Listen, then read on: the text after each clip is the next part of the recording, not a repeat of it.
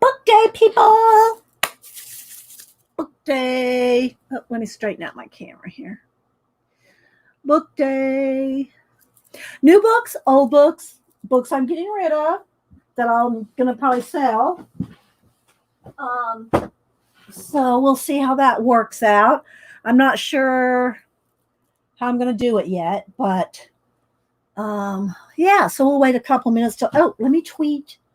I always forget to tweet. Mm-hmm. Hi, Nancy. 1 minute. Let me tweet.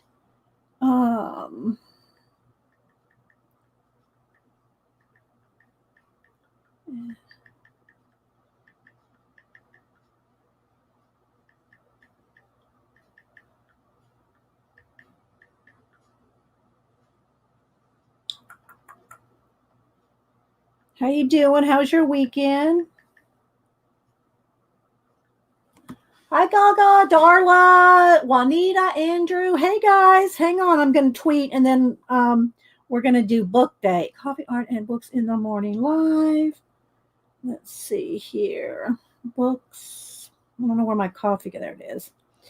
Link in profile. Da, da, da, da, da. Although I think most people know I stream every Monday and Wednesday, and with Janet on Thursday, which we will be doing this Thursday. Coffee, art, books, link in profile. Okay. Yeah,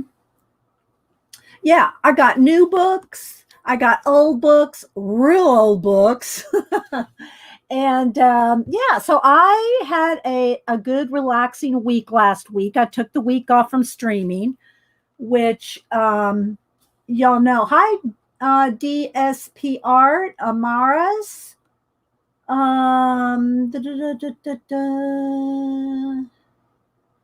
Who else am I missing? Is it Darla? Hi, Becky. Chris. Okay. Hi, Empire. Not sure how you put those together. Crushing, maybe? Crushing? Hi, Linda. So anyway, yeah, I've been working on Inktober color book pages, which, by the way, I forgot I did Instagram one this morning. I think I did it. Yeah, I did. Oh, I got a lot of likes on it already. Okay, let's see. I'm trying to do Inktober and color book pages out of Cute and Creepy. I'm trying to do some of these this month along with my Inktober. So I'm going to show some of these three right here are new that I just got over the last week. And so I thought I'd show those. Plus, I just got stacks that I went through. I have to get rid of some books because I have no more room for more books. And y'all know I love me some books. I'm a bookaholic. Hi, Dot. Let's see. Who else am I missing? Camilla. So yeah, I come on a little bit early just so I can say good morning to everybody, chat with everybody, see how your weekend or your week was. And yeah, so that's what I'm doing first. I got some hot coffee, some cranberry juice, and I still have to do today's Inktober. If y'all don't follow me on Instagram, Twitter, or Facebook, I am posting my Inktober poster over there every day, all month long, but I'm only posting the one insect a day. I'm close up on it. And so you will not see the full poster till the end of the month. Not even here. I decided I'm not going to show it. I'm not going to show the poster till the end of the month. So I'm just posting the individual insects that I'm doing. And the poster's like 22 by 29. And I'm doing one. Each bug's about this big. It's about this big, thereabouts. And I'm filling up a poster with insects. And then at the end of the month, I will reveal the big poster. So anyway, um, let's see, who else am I missing? Hi, Dawn. Thank you for the thank you card. That was nice. I'm gonna have to put it in my fibs book. I need to get back on the fibs. Hi, Julie. Thank you. Good, happy, marvelous Monday to you too. Yes. So I am going to. I don't know that I'll how to do this today, but I now these are new books I'm going to show today. But I have probably, let's see, 10, 20, maybe 30 or 40 books under here. I'm not sure how many, I didn't count them, that I picked to get rid of. So I think what I want to do is, I don't know if I want to have an auction, if I just want to sell them like, in a bundle for a certain amount plus postage. Now, I'm going to just go ahead and say this right off. I will not send international. There'll be no international books. Just saying. Not that I don't love you internationals, but it's just crazy shipping and you can't track it. So it's only going to have to be in the US. So anyway, oh, you're welcome, Gaga. I'm glad you got your owl. See, now that I can send overseas. So yeah, so I don't know if I want to do some, maybe y'all could give me some hints or tips or something as we go through it and see what I want to do. And plus, I've just got to downsize my studio. I just have to. I don't know if I want to do a Shannon Green auction. That was fun. Did any of y'all go to Shannon Green's auction? I know there's a lot of girls that do the auctions. I don't go to them, but I did go to Shannon's because, I love me some Shannon. But I don't really go to the auction. So I'm not sure, other than the Shannon's, how they really work, or, I've gone to Mike S. Miller's art auctions, but that's just, flat pieces of art. So we'll see. We'll see how it goes. But I thought I would at least show them today. I will show them today and then maybe figure out some kind of bundling. No, these are going to be for sale, Juanita. Yeah, these are going to be for sale. Hi, Skinny. How you doing? Let's see who else. I know I'm probably missing people coming in. But I've also been trying to go through my supplies. Shannon sold off a lot of her art journals. I don't know about selling off art journals. I'd have to really think about that. But I have lots of other stuff I can get rid of. And again, it's just so much that I've been in this studio 20 years in this particular room. So I have 20 years of arting and accumulating. And yes, the books, Juanita, the books. I have so many, trust me. I pulled these off of the extra shelves and I can't even tell I pulled anything off the shelves. So yeah. Yeah, I have I take, whenever I give away books, Juanita, I do other things in lieu of books for giveaways for international. Yeah, I already do that. So anyway, but I do have these 3 new books here. Well, a new magazine, this new color book, and I got my Gary Shipman, Somewhat Gothic, Sometimes Ugly sketchbook. So I'll show you a little bit of that.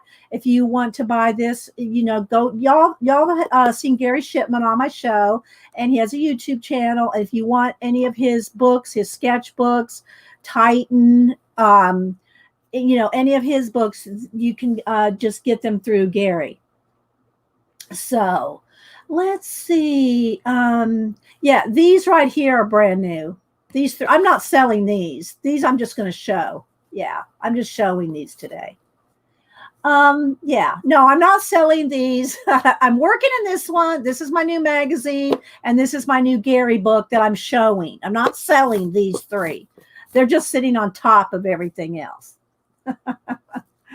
So, anyway, if you guys want to, I will show a few pages out of this book, but and Gary has worked in different books on his show. He's always arting and doing sketches inside his books. And this is the one that he did inside of this one. So yeah. So it's just, he has very, in this particular book, it's very gothic and sometimes ugly. Hi, Pacola. So, thank you, Pacola. So anyway, let's see who else is coming. Hi, Janet. So again, guys, these 3 are the new ones I'm showing. If y'all saw the title, new books, old books, these are my 3 new ones I'm going to just show. And then I'll show you some of the old ones that I'm getting rid of. And so I haven't really planned out I don't know, do an auction or just do them in bundles. And of course you have to pay shipping, so anyway, but I'm going to go through them. And so we'll see how it goes. If you are interested or if you want, I'm thinking that we should probably do like a bundle of 3 or something like that, 3 books, so that the shipping is, if I put 3 books together, then the shipping is going to be less or the same probably as if I did 1, right? So I want to kind of bundle them. And that way, I don't know, Deborah. I haven't really thought. I mean, if I do an auction of supplies and other random things, in my studio, yeah, we'll see. Denise said, my daughter said she'd help me. Janet said she'd help me. But in the meantime, I've been pulling books and just seeing what I want to, I can get rid of. Hi, Katrina. So the other thing, let's see. So I did make a list of things that I would want to, let me see, let me get my papers over here.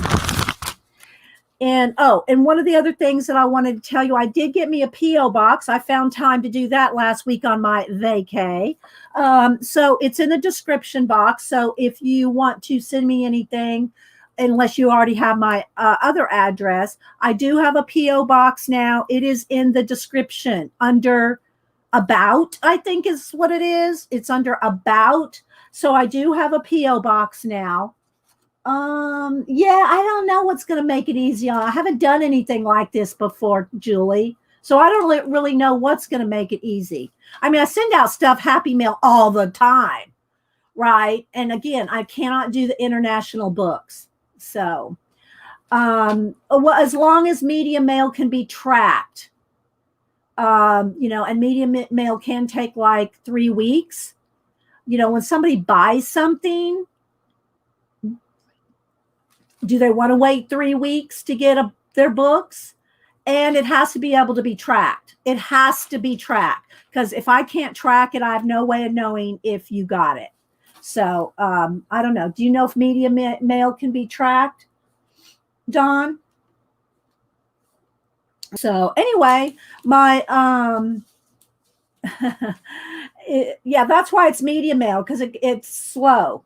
It's slow, and it goes in the slow going out bin. It can take 3 weeks, and that's just in the States. Yeah. So yeah, I don't know that it's that much cheaper to do media mail. So anyway, I got my P.O. box. I've got my little list here of stuff to talk about, because I've been gone a week. And I know people were messaging me, are you okay? And I don't have any way of letting y'all know that I'm not there if I decide over the weekend not to be there for the Monday and the week. But I had a lot of stuff to do this last week. Hubster and I had some appointments to take care of, but we're all fine. Everything's fine. It's just that I needed a week. And if y'all have followed me for 10 years, I can literally count on this hand how many days I've taken off. How many times I've taken off of streaming. So, and yeah, I got marker all over me. So I don't think I've missed more than three weeks in streaming in 10 years. So yeah. So I didn't feel bad at all. All right, so let's see. Okay, so here's some of the things that I thought I would bundle. So if I did, like, of course, books. I probably need to get rid of some color books. Now, I'm not going to get rid of my, Asian books, my Marie Toll books, stuff like that. But I've got tons of color books, some with a page or two colored in them. So I might do a pull from my color book stash and maybe get rid of some color books. So that's one thing on my list. Hi, Tanya. Yeah, not on books, Tanya. I wouldn't do a grab box of books. I wouldn't want to do a grab bag because people, if they're buying books, you're going to want to see what books you're buying. So, yeah, thank you, Julie. Yeah, Julie knows. Julie knows. Julie was one, if not the first person I met over on Ustream when I first started streaming. Julie, I Carry Love, and Blade the Artistic Biker, and Vicky in Louisiana. Those were the four people that I could say that were the first streamers I ever met. And so, yeah, Julie's been there for all those 10 years. So let's see. Okay. Yeah. Give me input, guys. Give me input. If I miss something, maybe Janet can help me catch it too. And I will write down. Let me get my pen over here. So here's some of the ideas that I had for, I don't know if I want to do it at auction, if I want to just say, this is how much it is. Because it's a lot easier just to say, okay, this box is so much. And, do you want it? Kind of thing. That's much easier than bidding and watching people's bids and making sure we don't miss anybody's bids. It'd be a lot easier just to, sell lots of things, like a lot of things. And so anyway, we'll see. Okay, yes, old friends and that are very young. That is true. So here's some of the things that I thought I could bundle up. So again, I pulled some books today, but hi, Mary. Hi, did I say hi to you, Pacola? Did I miss you? No, she put up a link, but I don't know if I actually said good morning to you, Pacola. Yeah, I know. I do that skinny all the time. Yeah, I ship UPS flat rate all the time. And I get the tracking, and that's how I would probably do the books anyway. But $7 are those little boxes like this. Wait, let me grab one to show you here. Hang on. Let me go grab a couple boxes.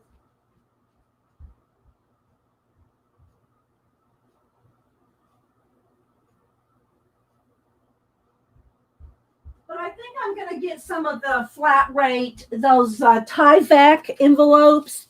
The Tyvek envelopes. This size box right here is I think it's $7.95.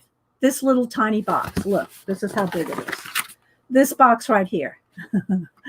So a book box, like if I put multiple books in a box like this size, I believe, is $12.95. So I'm looking at some of the I don't have any here. That my post office was out of the Tyvek envelopes that are like tear proof. They don't tear. So those still might be about 10. I'm guessing about $10. Yeah, they're all free. Yeah, to get the envelopes or the boxes are free. Yeah, I've been mailing out Happy Mail for 10 years, so I know about the shipping. Let's see. Okay, so I'll have to price on those. They are priority. So we'll see. Yeah, I'll have to check on the Tyvek ones. I'm just thinking it might be a little cheaper to do books in that, but we'll see. Thank you, Janet. Okay, so here's some of the bundles that I thought would be good to do. Yeah, I have to think about the Tyvek. Who's for knowing about? Yeah, I've been doing this for like 10 years, Skinny.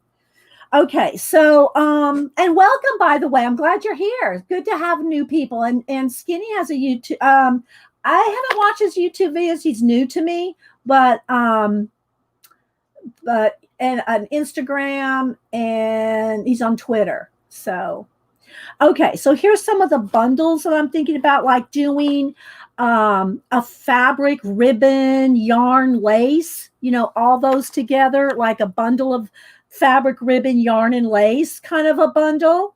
Okay, so I wrote these down. So y'all just let me know what you think. I know I don't have as near as many stamps to get rid of as Janet, but if I did a stamp and ATC bundle, like blank ATCs, some, half finished ATCs, finished an ATC rubber stamp bundle. Well, and I say rubber stamp, that includes like acrylic stamps. You're welcome, Skinny. Let me put his little picture up there so you can see what he looks like. They're Skinny.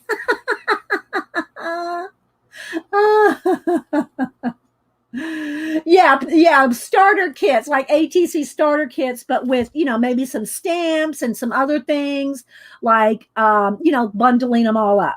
The other bundle that I thought, of course, I would do, books are one thing, some color books, some color book bundles.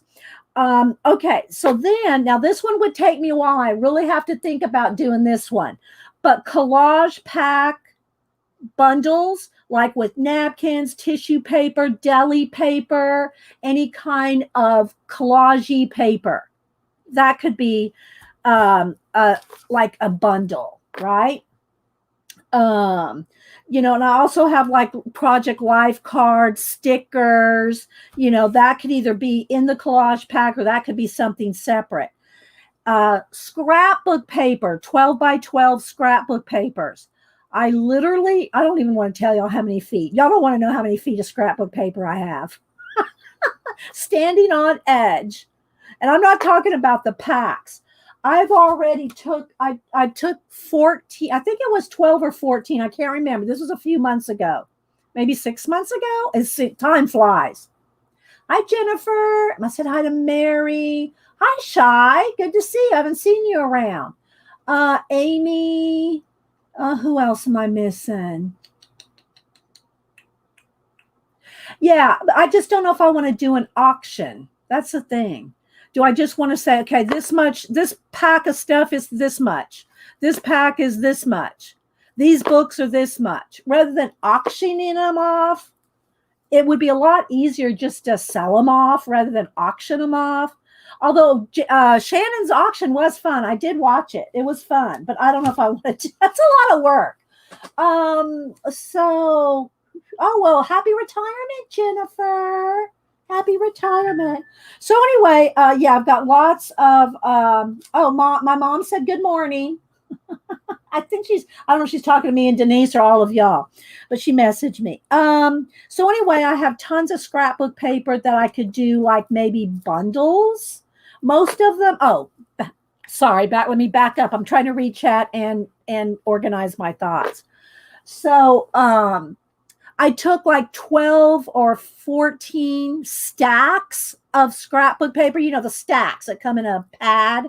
I took those apart and cut them down and made this many traveler notebook inserts. I have a whole shelf of traveler notebook inserts. And let me see, I don't know how many papers I put in each one. Let me see. Did I just cut? Some of them I just cut down. But I cut them all down. Look, here's one little stack. I cut them all down, and they're not put together, but like one bundle like this, I took time, and I probably have, let me see. Hang on, guys. I'm up and down here. 1, 2, 3, 4, 5, 6. I'm saying maybe 20. I probably have 20 of these bundles that are cut down to traveler insert paper size. So, and they don't all go together. I mix them up so that there's not one stack. There's all different stacks. So anyway, but I have like 20 of these. And let me see how many are in there. 1, 2, 3, 4, 5, 6, 7, 8, 9, 10, 11, 12, 15, 16, 17, 18, 19, 20, maybe 30 sheets. So that's 30 sheets of scrapbook paper right here. 30 sheets of scrapbook paper. Cut down to 4.5 by 8.25, I think is what the 4.25. Let me measure. The traveler insert size. So let's see. So 4.25 by 8.25. But that's not, folded out. But each sheet's like this big. And some are double-sided and some are white. But what's nice about that is then if you make this into a traveler's insert booklet, in your own traveler's notebook cover, then you have some that have white paper on the inside for writing. Okay, so anyway, I've got a whole bunch of those. This was kind of a sidebar, but I got tons of those and cut down from 12 by 12 papers. So I could do a scrapbook paper bundles and also traveler notebook insert. Like I said, that's 30 sheets of paper cut down.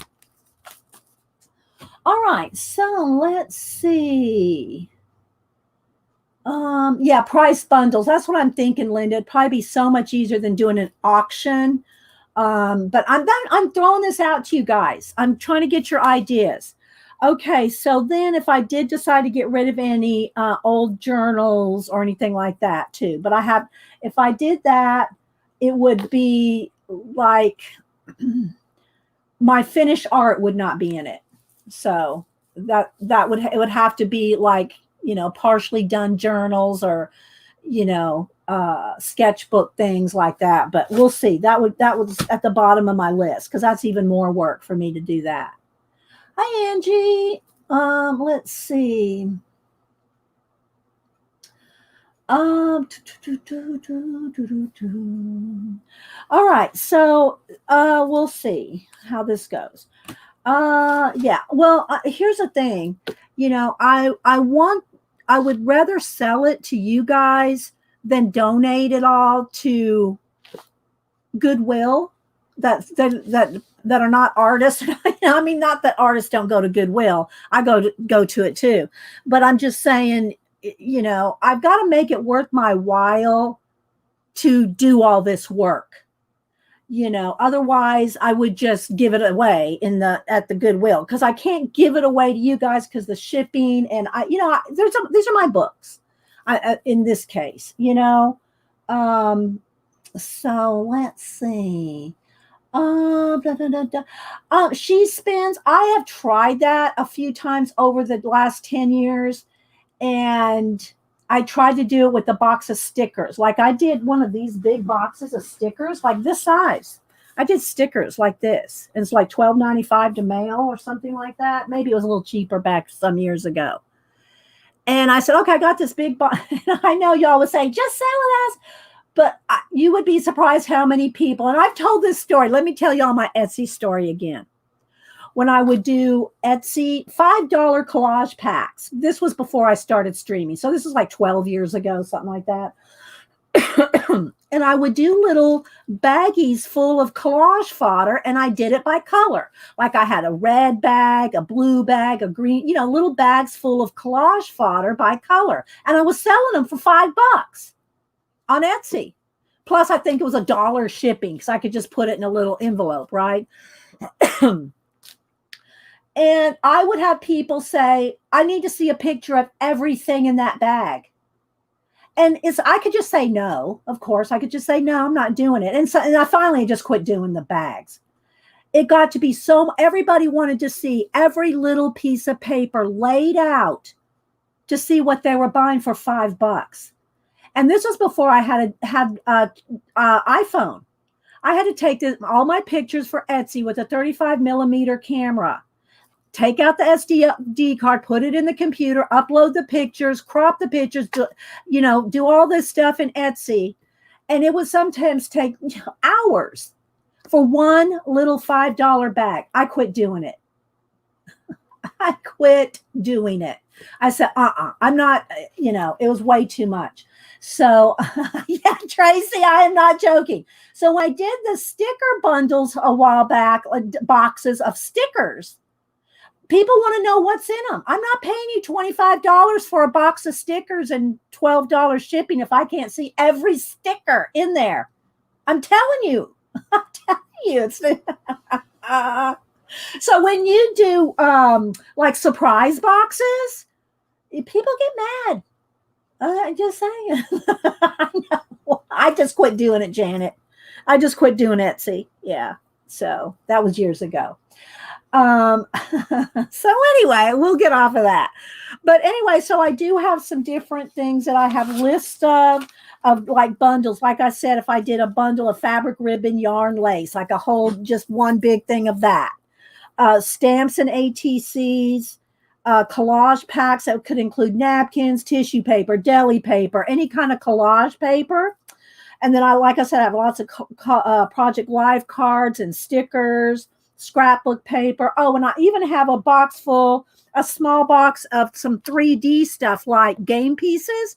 Because y'all remember, I talked about I tried for couple of years, doing the three-dimensional, the cigar box vignettes and things. So I have, like a box of dominoes, Scrabble tiles, game pieces, like Parcheesi. I have a whole box of those. So and they're just sitting there. They're just sitting in, oh, sorry guys. They're just sitting in a box. So anyway, I just don't want this to be a lot of I'll pay my $50 a scientist glare. Yeah. So anyway, those are some you guys, I'm gonna have to get feedback from you. If I don't get feedback and interest from you on doing these sales, I'm not going to do them. It's a lot of work, and you just don't. You looking around my room here, it's a lot of work, and it's a lot of time that I'm gonna have to take from other things. So I have to know that you would be interested, and if so, what you would be interested in. Okay, so I need feedback. Janet's taking some notes here, but if you are watching this, leave notes in the comments. If you're watching the recording, leave notes in the comments. And again, I do have a PO box now. So if some of y'all have been asking, I need to send you something. And, a lot of the fibs have my address because I've known them for years, but a lot of new people who I have no idea who they are. So I've got a PO box. So it's in my about, and I'll leave it in the description today, but it's in the about. Or if Pacola wants to put it in here, she can. So, okay.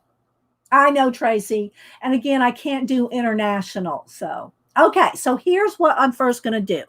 I have new books. These are not for sale. These are just my new books that I got over the last week that I want to share with you. I've been coloring in Cute and Creepy, the Camilla D'Oreco, I think's how you say it, her pop manga. I have all her other pop manga books and color books and drawing books. And so I got this one. It was at my Books A Million. So I've colored 2 pages in this. So if we run out of stuff to talk about in books today, I will start another page. I would love to do one a day, but that's just not reasonable because I'm doing my Inktober. And again, if you want to see my Inktober, the insect inking that I'm doing, I'm posting just the close-up of each insect that I'm doing on a big poster. So I've got a big 22 by 29 poster, and I'm doing 1 insect a day. And I'm not even going to show it here. I'm going to wait at the end of the month when I have 31 bugs on my poster. I will show you the whole poster. So, okay. Let's see. Thank you, Pacola. Yeah, there's my PO. Let me get that here. Yeah.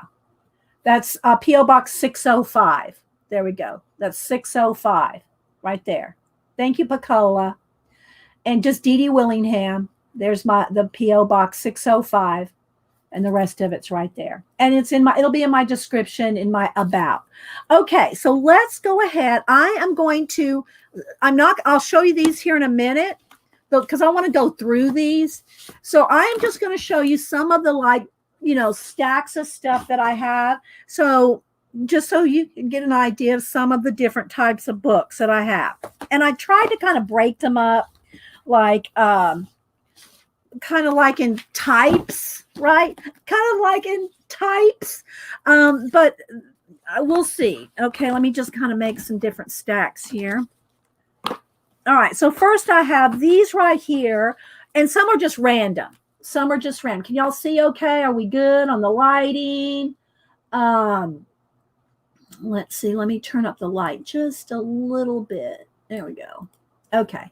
So, and what I'm going to do is I'm going to show you the book. I'm going to tell you the copyright date, and then and then I'm going to just move on. Okay. So don't say, oh, I want that. Don't do that right now because I can't do it.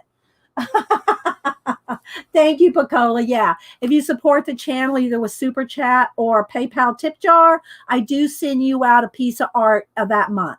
So I have to get over to making my prints for this month. So for October. So there we go. Thank you, Pacola. And that information is also in my description. All right. So these, let me move this stuff. Okay. Let me make bundles.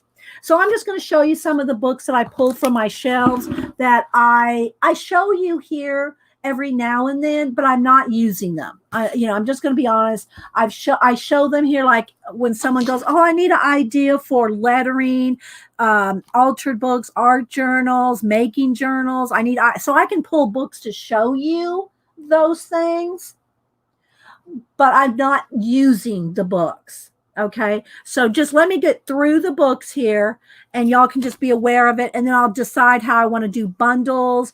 Like, I'm thinking like this might be a good bundle. I don't know. All right, so like this one is Design and Layout, Alan Swain. And I'm just going to do quick flips of them, guys, just quick flips. This one came out in 1987. See, I've got old books and I'm not using this. This is, 1987. You can get a lot of this, on, computer now, but this is the design process, layout, composition. So let me see, maybe should I zoom in one? Because I don't think y'all can see. Let's click in one. There we go. All right, so let's start that again. Okay. Understanding Design and Layout, 1987. So, but, composition, good composition doesn't go out of style, but I'm just going to flip through the little bundles here. So that one is How to Understand and Use Design and Layout. Use a squeaky chair, but that's my 25-year-old comfortable chair. I don't care if it squeaks. All right. So then I have these books, these right here, Creative Lettering. Lindsay Ostrom, if y'all remember, she did a lot of these, and I don't remember the years. I've shown these before. This one is 99. This one is 1998. This one is 1997. And then this one is just called Better Borders, and it's got tons of borders. Oh, thank you for the super chat, the super sticker, Mrs. Make sure. I think I have your address, don't I, Mrs.? I think I sent you something, so I know I have your address. Thank you so much for the $4 super sticker. So I write that down, and I will send you out a thank you. Thank you. And I do send out, if you super chat me or PayPal tip jar me, I do. If that can be international, I will send out art to international. I just can't do books and boxes full of stuff. Thank you, Mrs. I appreciate it. Do I write? You mean, do I write like stories, Tracy? Or do you mean, do I do calligraphy? That kind of writing. What kind of writing do you mean? Okay, guys, y'all make sure and check your setting. Janet said YouTube booted her back to 360. So if you need to set it to 1080p, I do have 1080p on StreamYard. So make sure that you are in HD 1080p. If YouTube boots you or bumps you or flickers or something, make sure you set your settings in the little wheel. Hi, G. Set your little wheel settings back to 1080. So yeah, set it to 1080 or 720, whatever your device can handle or do. Okay, so thanks for watching from Oz. Hi, I said hi to G, Tracy. Anybody else I missed? Okay, so this one is Better Borders, and this one came out in 98. So I'm just going to do a quick flip just so y'all can kind of see what's in these. But look, there's lots of good ideas if you doodle. You know, and now I've got to make stacks here. I've got to make separate stacks. And then again, these are the ABCs of creative lettering. You know, everything from the simple dot lettering to more creative lettering with Lindsay. So they're all just different. And here's some bright, you know, things to do. So you can see it's a lot. If you doodle, these would be awesome if you're a doodler. You know, lettering, doodling. And this is a slick pages in this one.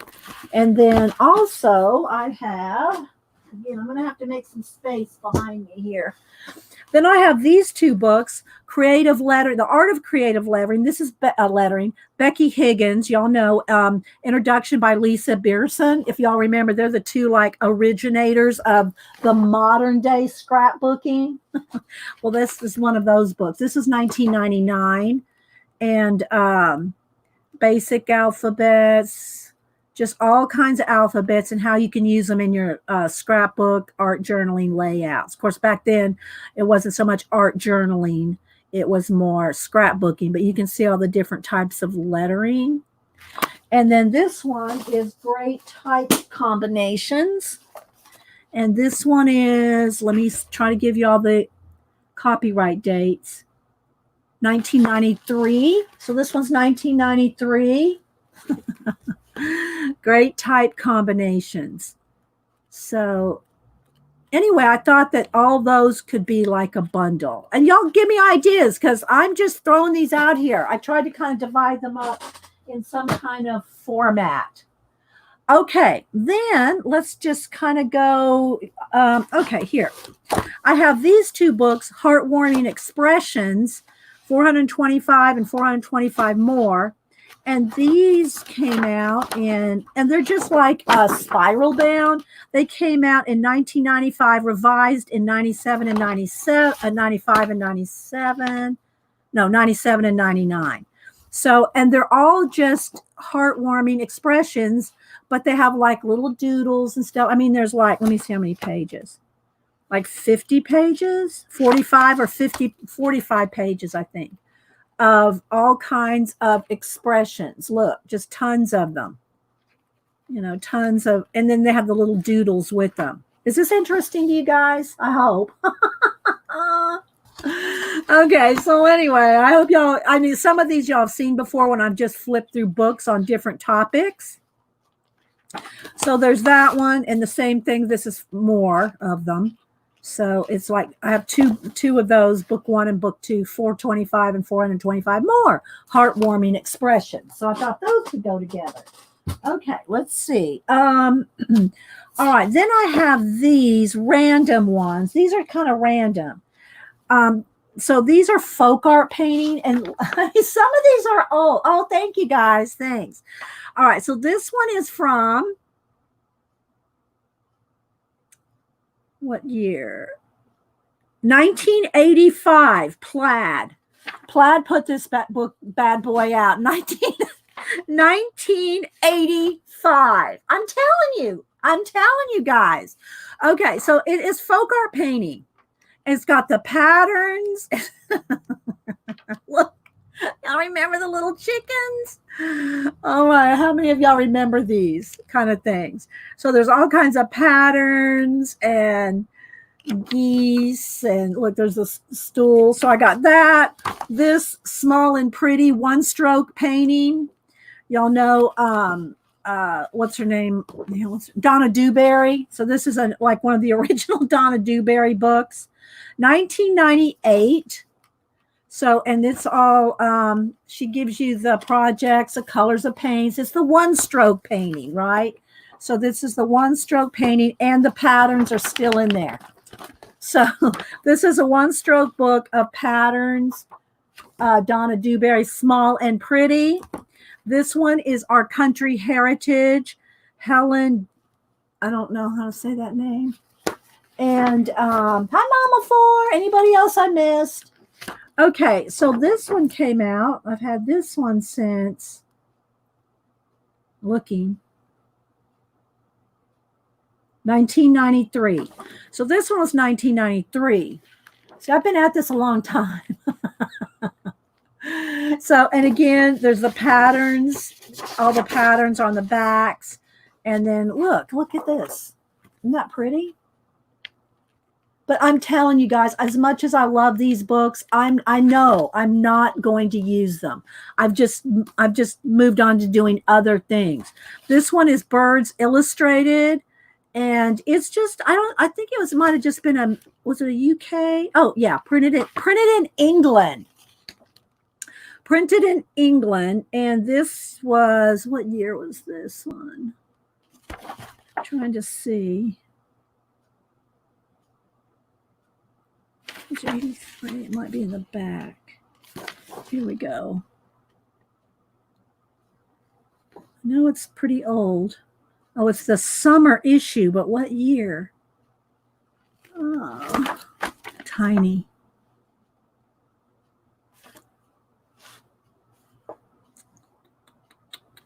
Why can't I find a year on here? I'm not sure. It's old, but I don't know.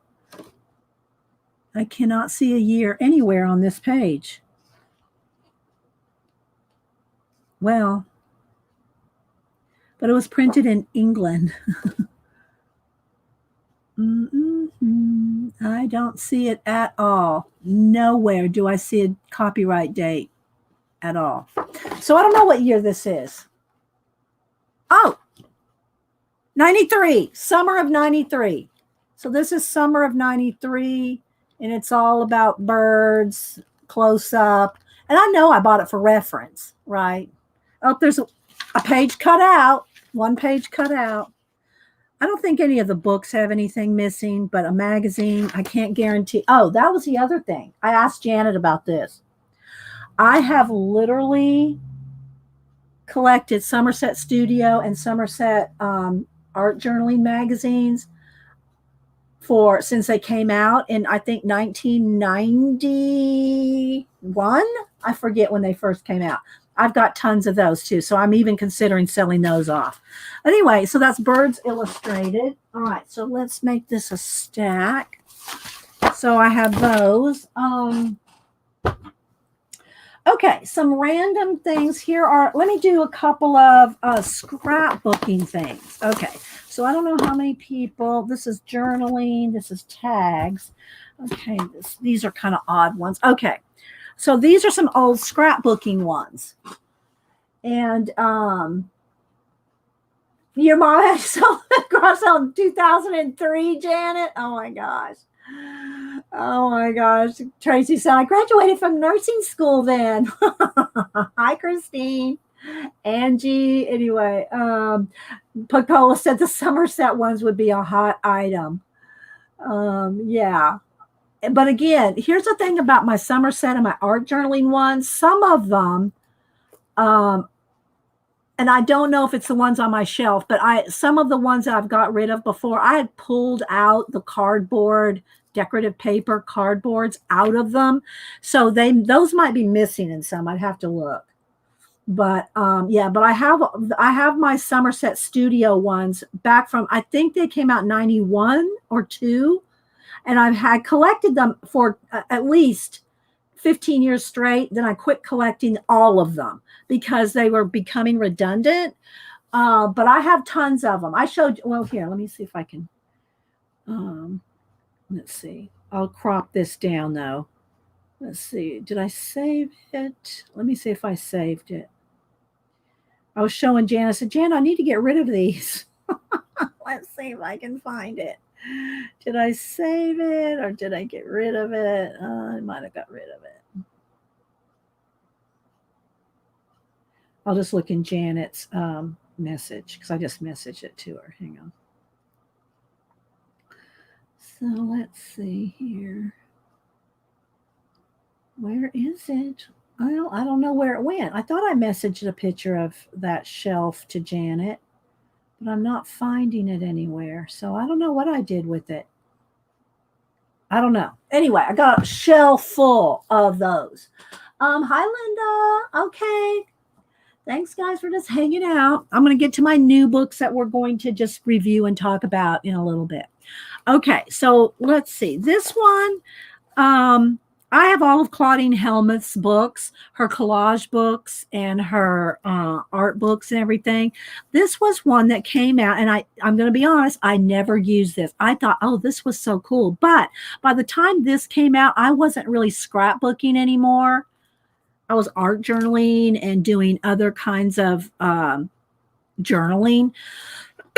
But I just thought this was so cool. It's a scrapbooker's creativity kit. It's in a box. Prompts and ideas to jumpstart your layouts. It has a card deck and 80-page book. So it's a cute little box. It has the little creativity kit book and with all kinds of little layouts and things. And if y'all know this is Claudine's style right here. And I have not kept up with her in the last few years. But anyway, this was a little creativity kit. And then you got little prompts. You got color prompts. So these are all different color cards. And then you got little word and topic prompts, right? So it was just a little prompts and ideas to jumpstart your layout, right? And it came in this little box with a little grid. It's so cute. And let's see, when did it come out? What year? Let's see. What year did this come out in? Well, I'm not seeing a year on the back here, and I don't know where. Let's see. Let's try the back of this book here. Let's see. I'm trying to tell y'all the years that these things came out, you know. Here we go. This came out in 2009. Okay. This came out in 2009. Oh, yeah, that's true, Pacola. If I sell my Somersets, I'll have to show off my mini magazine playground. Yeah, I've got tons of magazines on that I've used. Somerset Publications where I've made magazine journals and mini magazines out of them. Yeah. And also, guys, make sure you look at my playlist. I have tons of playlists. I don't know, 10, 15 playlists. I don't know, maybe more. Pacola's made me make some of those. So y'all can thank Pacola for all my playlists. So anyway, that's a scrapbook creativity kits in a box. Anyway, so there's that. Then there is Vintage Paper Crafts by Anna Corba. Now, when this came, I loved this book when it came out. And it's a hardback. And I paid $24.95 for it when it came out. Let's see. This one is looking. You know, sometimes you got to really dig to find the copyright date.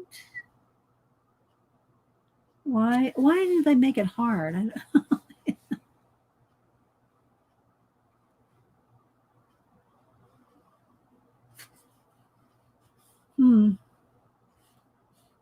2004. So this came out in 2004. And Anna Corba this was so unique at the time. I thought this was unique at the time. So she has just a different kind of a style. A lot of cards. I'm going to kind of flip a little slower in this one. Cards, postcards, some little books, a guest book. So you can see it's very cool. Musical fans, just all kinds of collage-y type. And when I saw this book, I thought, oh my gosh, look at all that ephemera that she uses. It kind of like a girly version of what's his name? Nick Bantock. It's kind of like a girly version of Nick Bantock. And I don't mean that, and don't email me. A feminine version of Nick Bantock. So anyway, very, flowery and stuff like that. So yeah.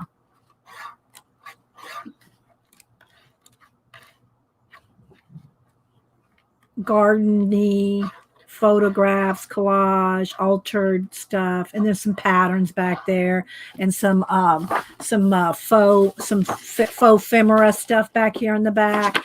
So you could make copies of it. for your own use. So that is Vintage Paper Crafts, Anna Corba. All right, I got to make another stack. Hang on, guys. I got to go somewhere.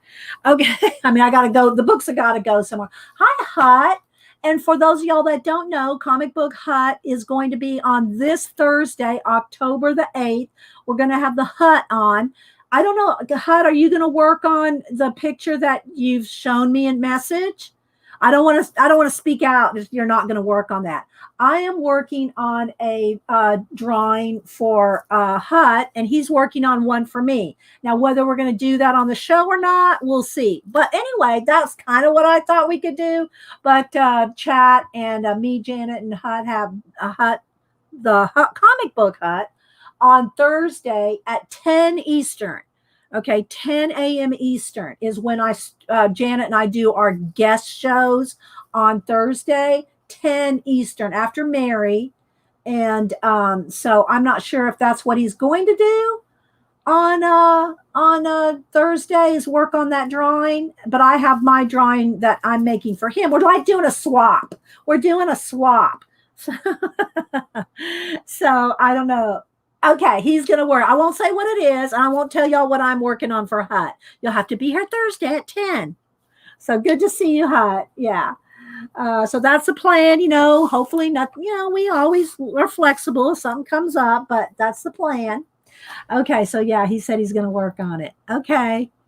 And don't forget, follow the Hut. He does YouTube, but he also does drawing and comic book reviews on Facebook. So follow him on Facebook, the Comic Book Hut.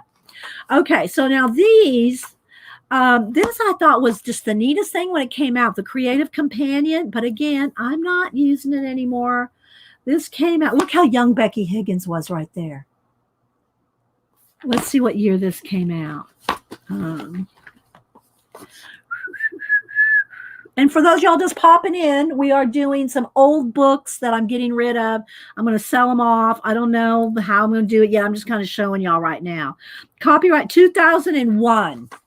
2001. But I thought this was so innovative at the time because it had little tabs with the topics, right? So we had accents, and then there's a few pages of accents, borders, and they had all kinds of borders. Again, if you're a doodler, you don't have to be a scrapbooker. You could be a doodler. Journaling and titles. So again, all kinds of journaling and titles. Layout design. So you got your compositions here, all kinds of compositional layouts. Photo mats, so you can figure out different ways if you were, again, this was in the scrapbooking days. Odds and ends. So she's got all kinds of just little patterns and ideas in here. And it's on a spiral bound. It's a hardback book in a spiral bound. So I got the Creative Companion. Hi, Galena. Hi, Joey, Jane. Anybody else I missed? All right, so there's that. Then these two books, again, very beautiful books. Anna Griffin's designer scrapbooks and Brenda Walton designer scrapbooks. I think they're both put out by the same company. Sterling. Yeah, Sterling. So anyway, and they're the same kind of layout, square little books. So these two, go lurk away, Chatty Lane. So this Brenda Walton one, and again, these were $25 in the day. So, but there's so many good ideas in these. And if you didn't like them, you could always cut them up or turn them into an art journal.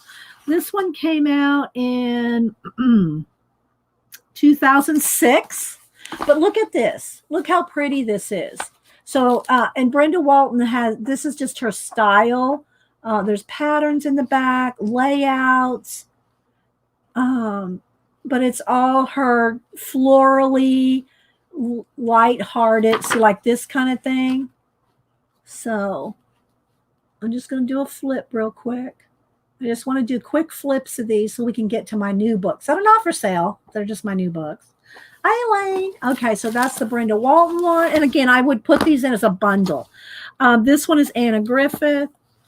And she's still, I think, selling craft supplies on, is it Home Network, Home Shopping, QVC, one of those.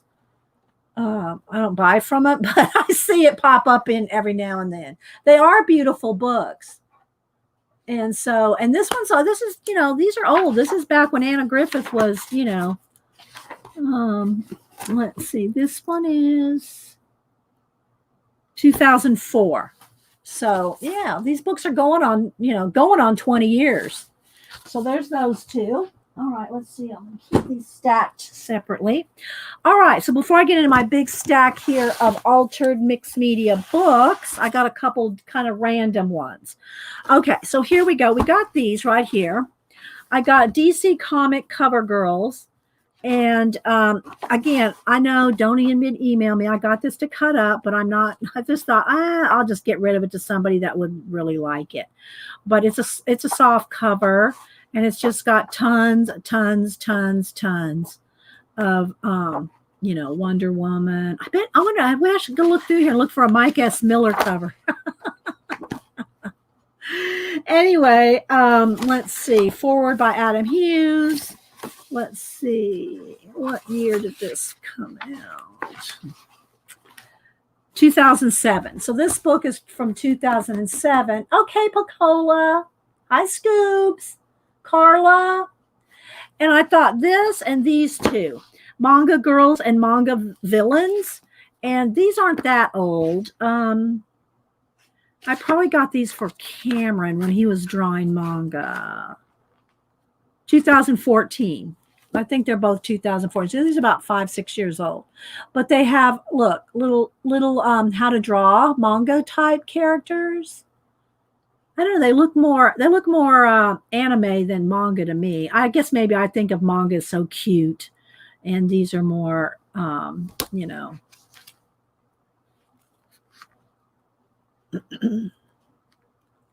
So that's Manga Villains and Manga Girls. And again, how to draw. They've got the little how to sketch them out. Look, see, from start.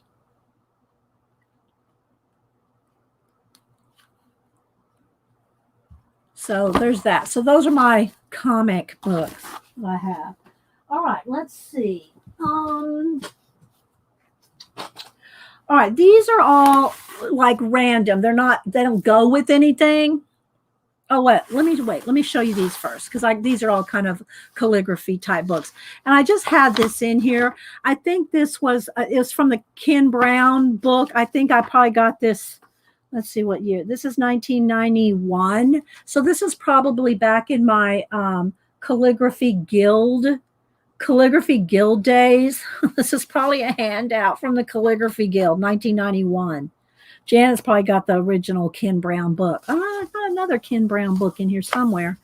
But anyway, so I thought that could be thrown in there because it's just in there with those things. I don't want to throw it away because that's a good, cursory thing. Okay, cursive thing. All right, so now this one's not that old, but I am not going to use it. The Beauty of Zentangle. I think I've actually had this a couple times and given it away in a giveaway. But The Beauty of Zentangle, and this is a beautiful book. If you are a Zentangler, let's see if I can get a date. Let's see if I can get a date here. Hang on.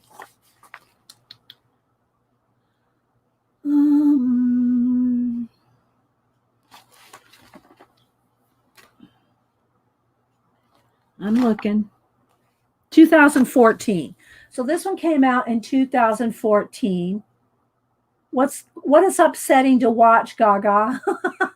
What is she saying?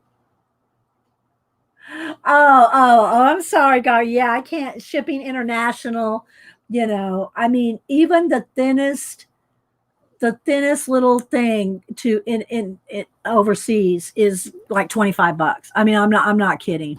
And there's no tracking either. So this one is The Beauty of Zentangle. Some of y'all probably seen it before.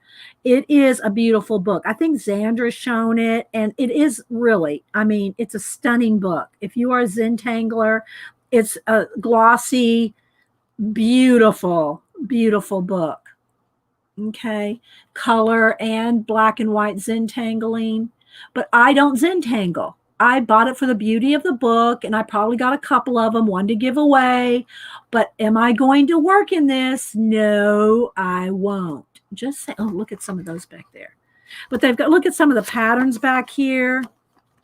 Look, they give you some patterns. And again, if y'all have not seen Janet's book of Zentangle, she has a binder. She has a binder. Hi, Val, Marie, anybody else I might have missed? So this is a beautiful book. Oh, here's Ken Brown brush. Maybe, I don't know. Here's this is the patterns here. How to do like painting and lettering. Again, how old is this? How old is this book? Ken Brown was like, 2000. This is from 2000. So this is a 20-year-old book. And it's painting and, brush lettering, like with, painting with brush and inking with brushes. And so this, again, way back before we had brushes to do brush lettering, he was doing them with the actual flat brush. So yeah. So I'm thinking, guys, I'm going to show these today. Leave me comments on it. Would you like me to sell them in a bundle? Like these books here, like this has a bundle, and I'm not going to have to pay shipping. It's going to be a minimum of $10, probably $12 shipping. So I'll have to add that in as well. Okay, so this one is Decorative Painting Hand Lettering for Decorative Artists, Jackie O'Keefe. This one is 1998.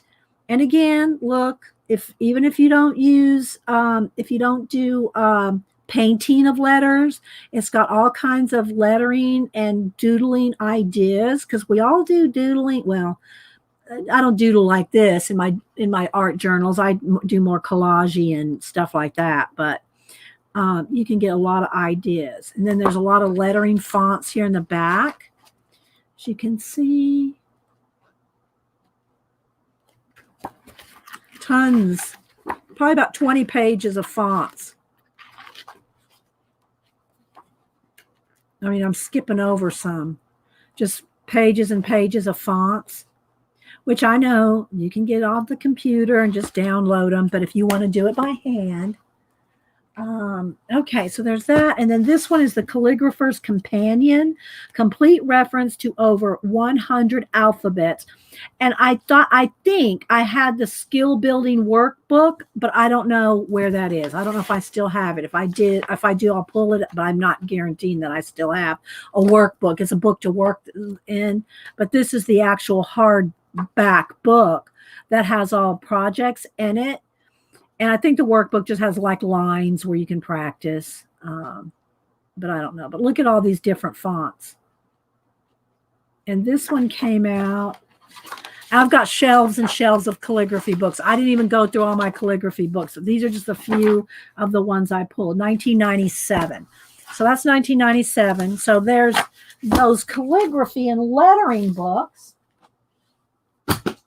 Now let's go to these. I've got a few more here. Let me get a sip of juice. I'm not sure, Tanya. I'm up for suggestions, guys. Again, I'm just trying to kind of downsize some of this stuff. To me, it would be easier for me just to do a flat price with a bundle of stuff, like maybe these two or these two and those two, something like that, rather than trying to auction them off. I just don't know if I have time to do an auction. And Tanya,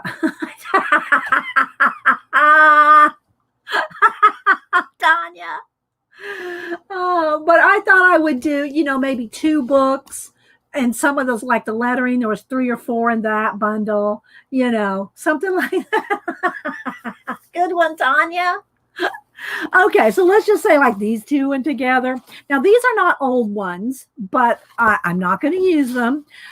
This is the Ever After Tamara Laporte book, and I did get it on clearance. I only paid $5.74 for it, regularly $22.99. So, if I put 2 together, but or I'll put together something that you know, like look, I got these right here. These are altered books, tags, you know, can kind of do a bundle. So this was, I've shown this book before because when it first came out, what, a couple years ago, this came out in 2019. So this one just came out in 2019. And I got it on clearance. And I think I have another copy for myself, but I know I'm not going to use it, but I liked it because of the fairy tale aspect to it. That's why I got it, because of the fairy tales. But I know a lot of y'all probably follow Tamara Laporte, and she does have she's in those class bundles, you know. Let me see if my chat's still moving. Let me do a test there, because sometimes it kind of lags. There we go. And so it's all about doing journaling and paintings and projects, and she takes you through them all, but based on fairy tales. Based on fairy tales is what her this book is. And then I got this one, Map Art Lab, 52 exciting art explorations in map making, imagination, and travel. And again, it is making map. There's map basics, all the different parts of the maps, the monsters and the compasses and the compass rose and the latitude, the longitude, and how to make your own maps. Zentangling your maps, art journaling, story maps, constellations, word map your house, map your street, map your neighborhood, just, you know, all kinds of ways to make maps.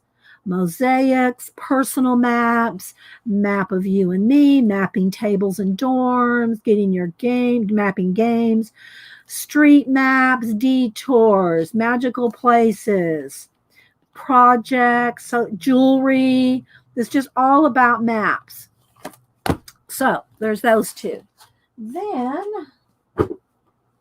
these two, now I tried to do, y'all know, I'll try something. I'll try something. You know, I've done carving my own stamps, my own rubber stamps, carving them out of the speedball carving material and carving them out of erasers. But I don't do it that much, right? I don't hardly do it anymore. I used to do it more. But anyway, so I did try to get into some chip carving at one point, and this came out in 1990. So back in 1990, I took up chip carving. My uncle Gary, up in Washington, he carved. I don't know that he still does it. Now he's kind of got into more color pencil and other things, but he carved decoy. Oh, you know what? Hang on. Let me go run downstairs and get something he carved. Hang on.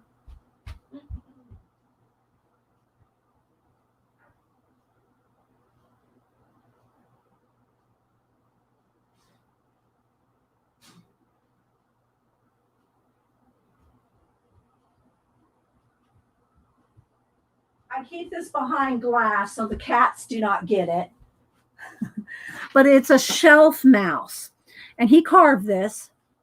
It's a little mouse. He used to carve decoys, duck decoys. But what it does, it sits on a shelf. So like this. Well, I don't know how I'm going to show you. But it sits on a shelf like this and peeks over. Okay, well, let's do it this way. It peeks over the shelf like that. Okay, so he hand carved this. There's signed on the bottom. It's got little whiskers. So it stays behind glass. Yeah, and so you can see it looks like, well, I'm trying to get it so you can see, but it's like the fur. Every line that's all carved. That's all textured carved to make it look like real fur. And he just hangs over the shelf like this and looks down at you. Isn't that so? I know, right? So my uncle does carving, and there's a little tail. So again, this is behind glass, so the cats are not able to get at it. But so there you go. Isn't that awesome? So let me set that over here away from where the cats could get it. It has to hang over something because its little face hangs over. There we go. So anyway, because my uncle was carving, I thought I'm going to try some carving. So I went with the chip carving. So this is like balsa wood or softwood, and you chip out that's why it's called chip carving.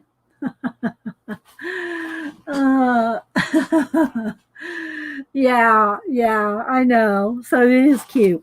So chip carving patterns, and again, 1990, I think I said, and it shows you the tools, and then how you can do the patterns and carving. And so you see, it's got all the patterns for you to do it, how to do it, where to carve, what to carve. And it's kind of like wooden folk art, It's like all the folk art patterns here. And a lot of them are done on round like plates. And, I don't know, I guess they still make a lot of balsa wood, basswood. I'm sure, I can't remember what the kind of woods that they were, that are real soft. And they used to sell it all the time at craft stores, plates and round, see, like this.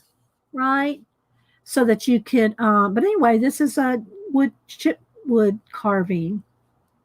Isn't it cool though? I mean, I just think it's beautiful. But am I ever going to do this again? No.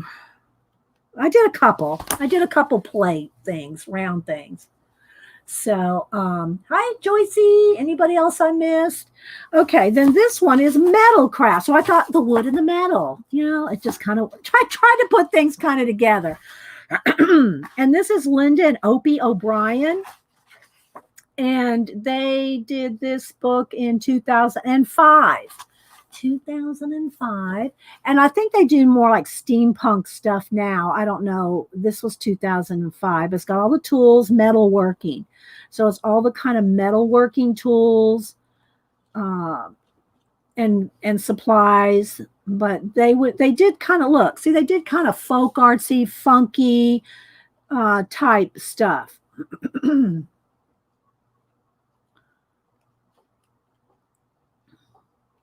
I think this is a little before steampunk became really a thing, but it's very folk, kind of whimsical folk art, I guess you would say. Like, look at this necklace. See, kind of whimsical folk art. Hi, Scoops.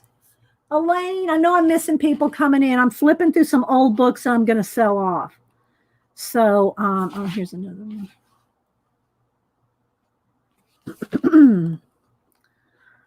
So it's just all different kind of projects like that. All, using metals. So, yeah. So there's the wood and metal. All right, let's see here. All right, so the last stack here I have, and I'd have to, do these in let me get a sip of my juice, like 3 bundles or something. Let's see how I can separate some of these out to look like they go together. Altered. These altered. Okay, so maybe this. I don't know. I'm trying to kind of put them by type. These are all, that's a tag 1, 2. Where's that other tag? Here's that tag. Okay, altered layered cards. Okay, so I think, all right, so I got 4 different things here. Does that look about right? Let's see.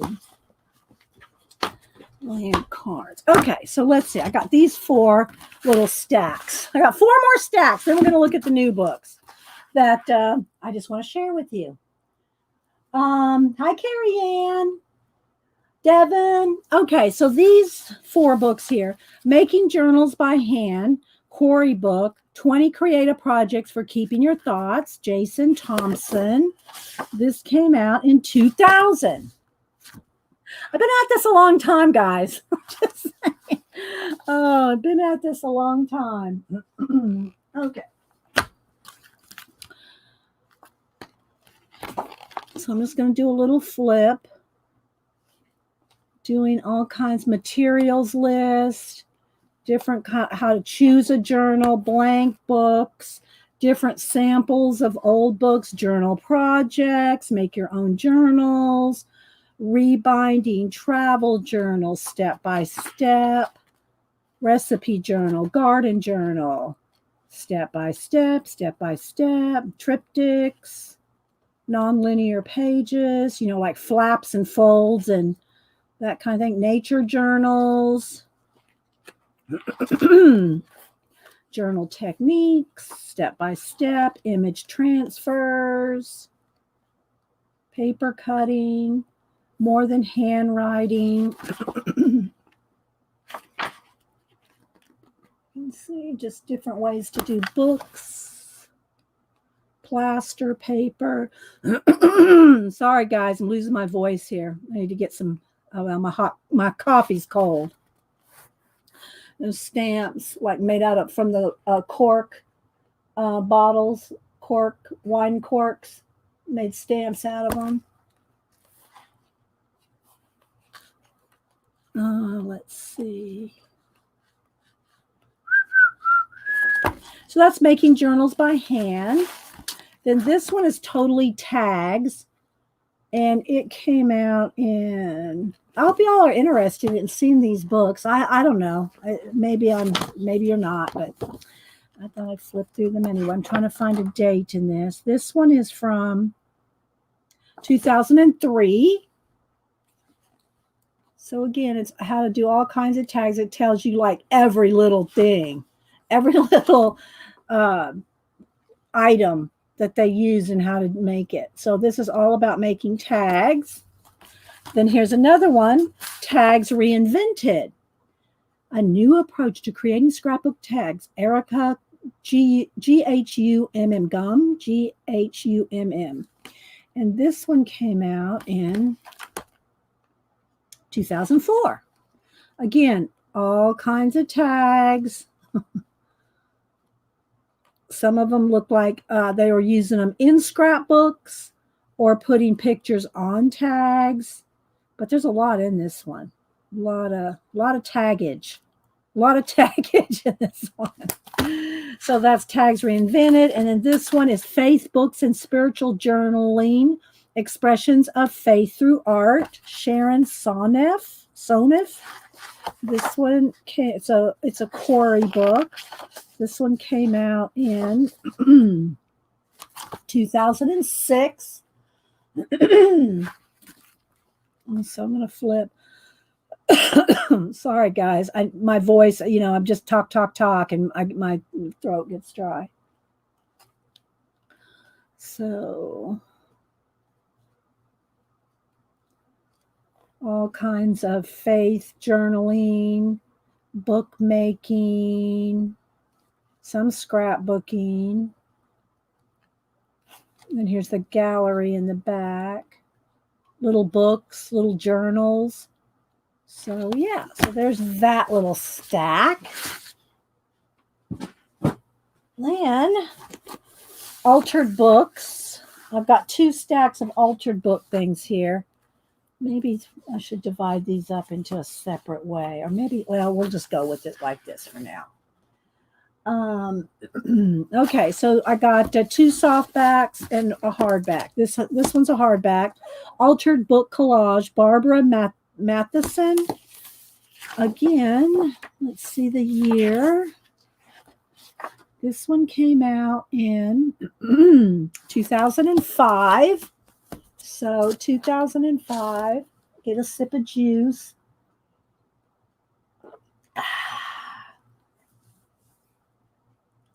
Hi, Kenny. I know I'm missing people coming in.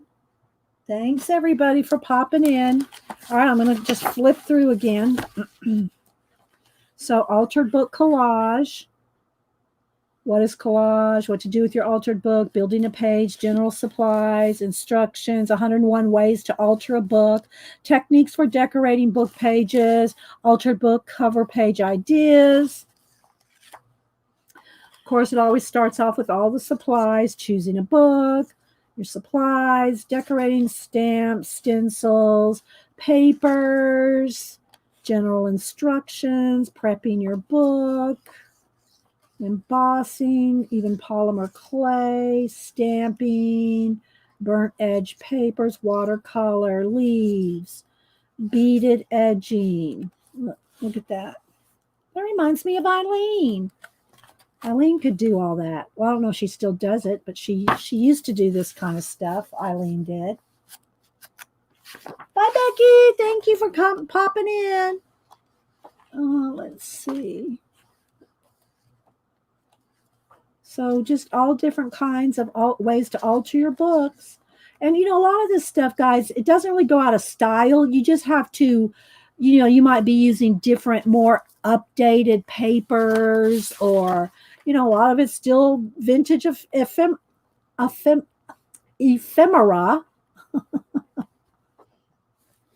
Dorothy's travel fashion book. You would just update it to make it more, things that you find now. Okay, and then altered books, collaborative journals, and other adventures in bookmaking. This is well, it's not a hardback, but it's hard cardboard. This one came out in 2003. And again, I hope I'm staying in frame here for you guys. Getting started, some books to play with, and lots of different, ideas, photo transfers, things to do with books. Been at this book journaling, collaging for a while. Oh, thank you, Carla. Thank you. So just all kinds of ways to make books and journaling. 1,000 journals, joining a round robin.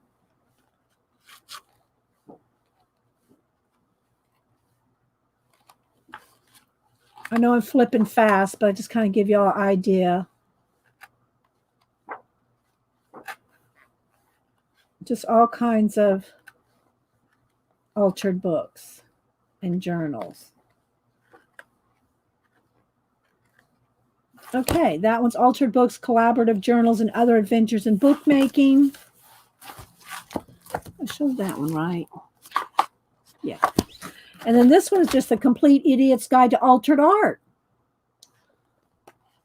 I don't even remember looking at this. I just don't even remember this one at all. It came out in 2007. And it's just more or less a black and white how-to idiot's guide kind of book thing, Oh, there's a few pages in the middle that are in color.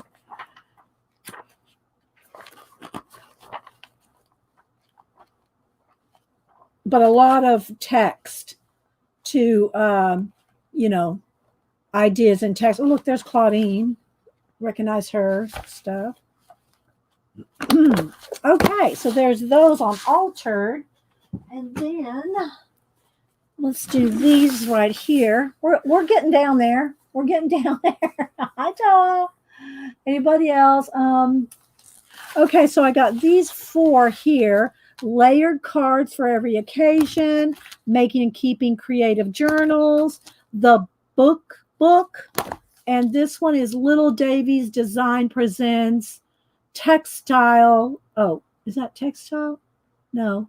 What is that? What does that say? Tiles? Timeless. I couldn't read it in those little I couldn't read it in that. Timeless Techniques. And this is Jenny Bolin. So I'm sure some of y'all know Jenny Bolin.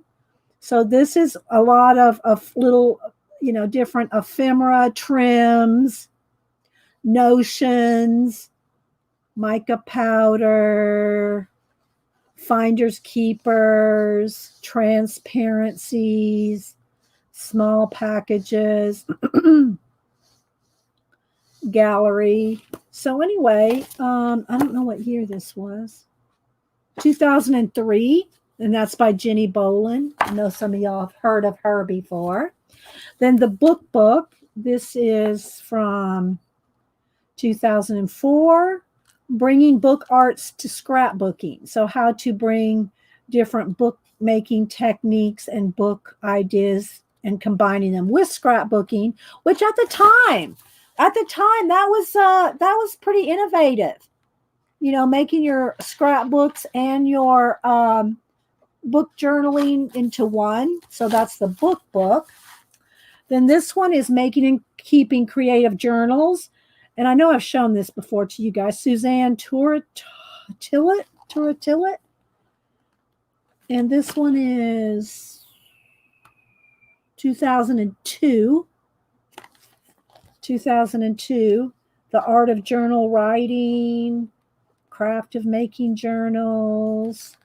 Thanks for all the lurkers out there, too. All you lurkers waving. Thank you guys for popping in. Projects.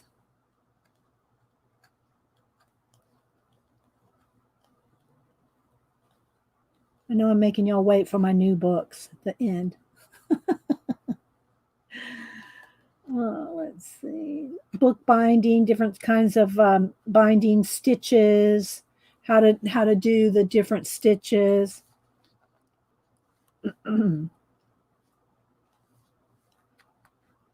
Lots of how to do the bindings in this one. I like that page right there. See, that's the kind of thing that would have made me buy this book. I would have bought this book because of that page right there. I love that. So, yeah. So that one is making and keeping creative journals. And then the last one in this stack is layered cards for every occasion. And this is Suzanne McNeil. And this came out in 2004. Guys, I'm telling you, I got books. And so these are layered cards. And again, a lot of the ideas can be, updated with different types of papers and, different materials. But layouts and composition and things like that, they're just they're timeless in some of the techniques. So that's layered cards, making and keeping creative journals, the book, and Jenny Boland's what is it? Timeless techniques. So there's those. One more little stack, guys. One more little stack.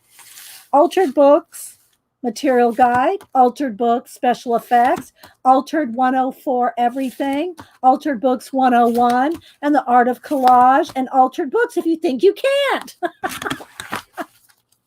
So a lot of these are like hot off the press, design original. I think that's well, I'm not sure about this one. But anyway, so we're going to go through these real quick. All right. How to make altered books if you think you can. And these are all like booklets. Well, there's two of them that are more book size there. But the rest of these other four are like booklets. Okay, let's see what years we got here. This is 2003. So again, this one is Altered Books If You Think You Can't. So some very basic stuff,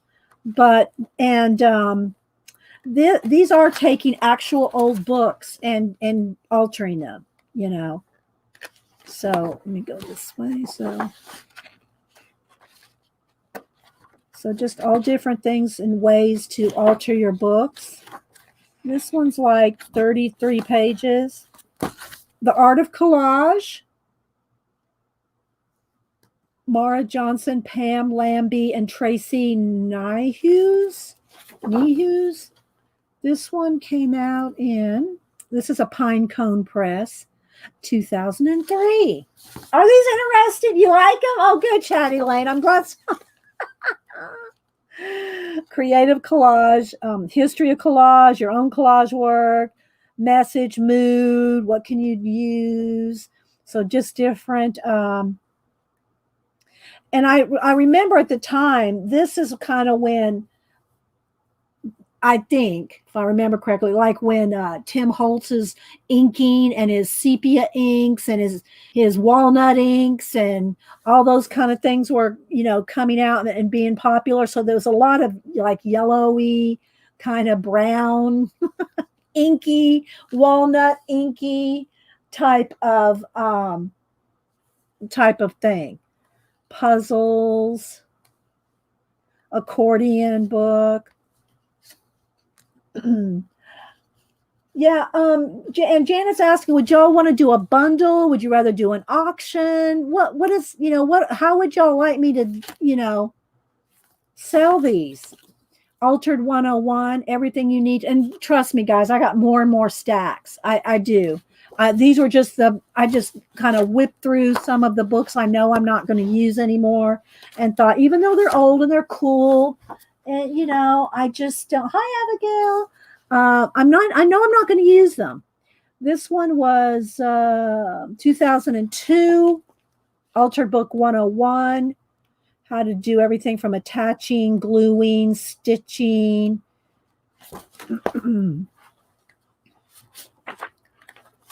Just so much to, the bookbinding and bookmaking and altered books.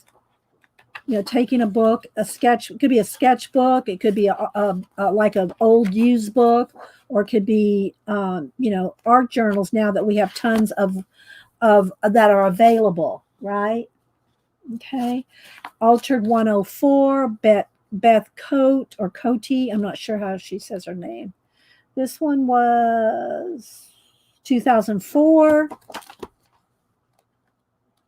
And I know people say, oh, well, you could put those on eBay and get, $30-$40 each. Well, yeah, that's too much trouble. I'd rather just sell them to you guys for, a decent amount. I mean, not sell them to you for that much, Altered special effects.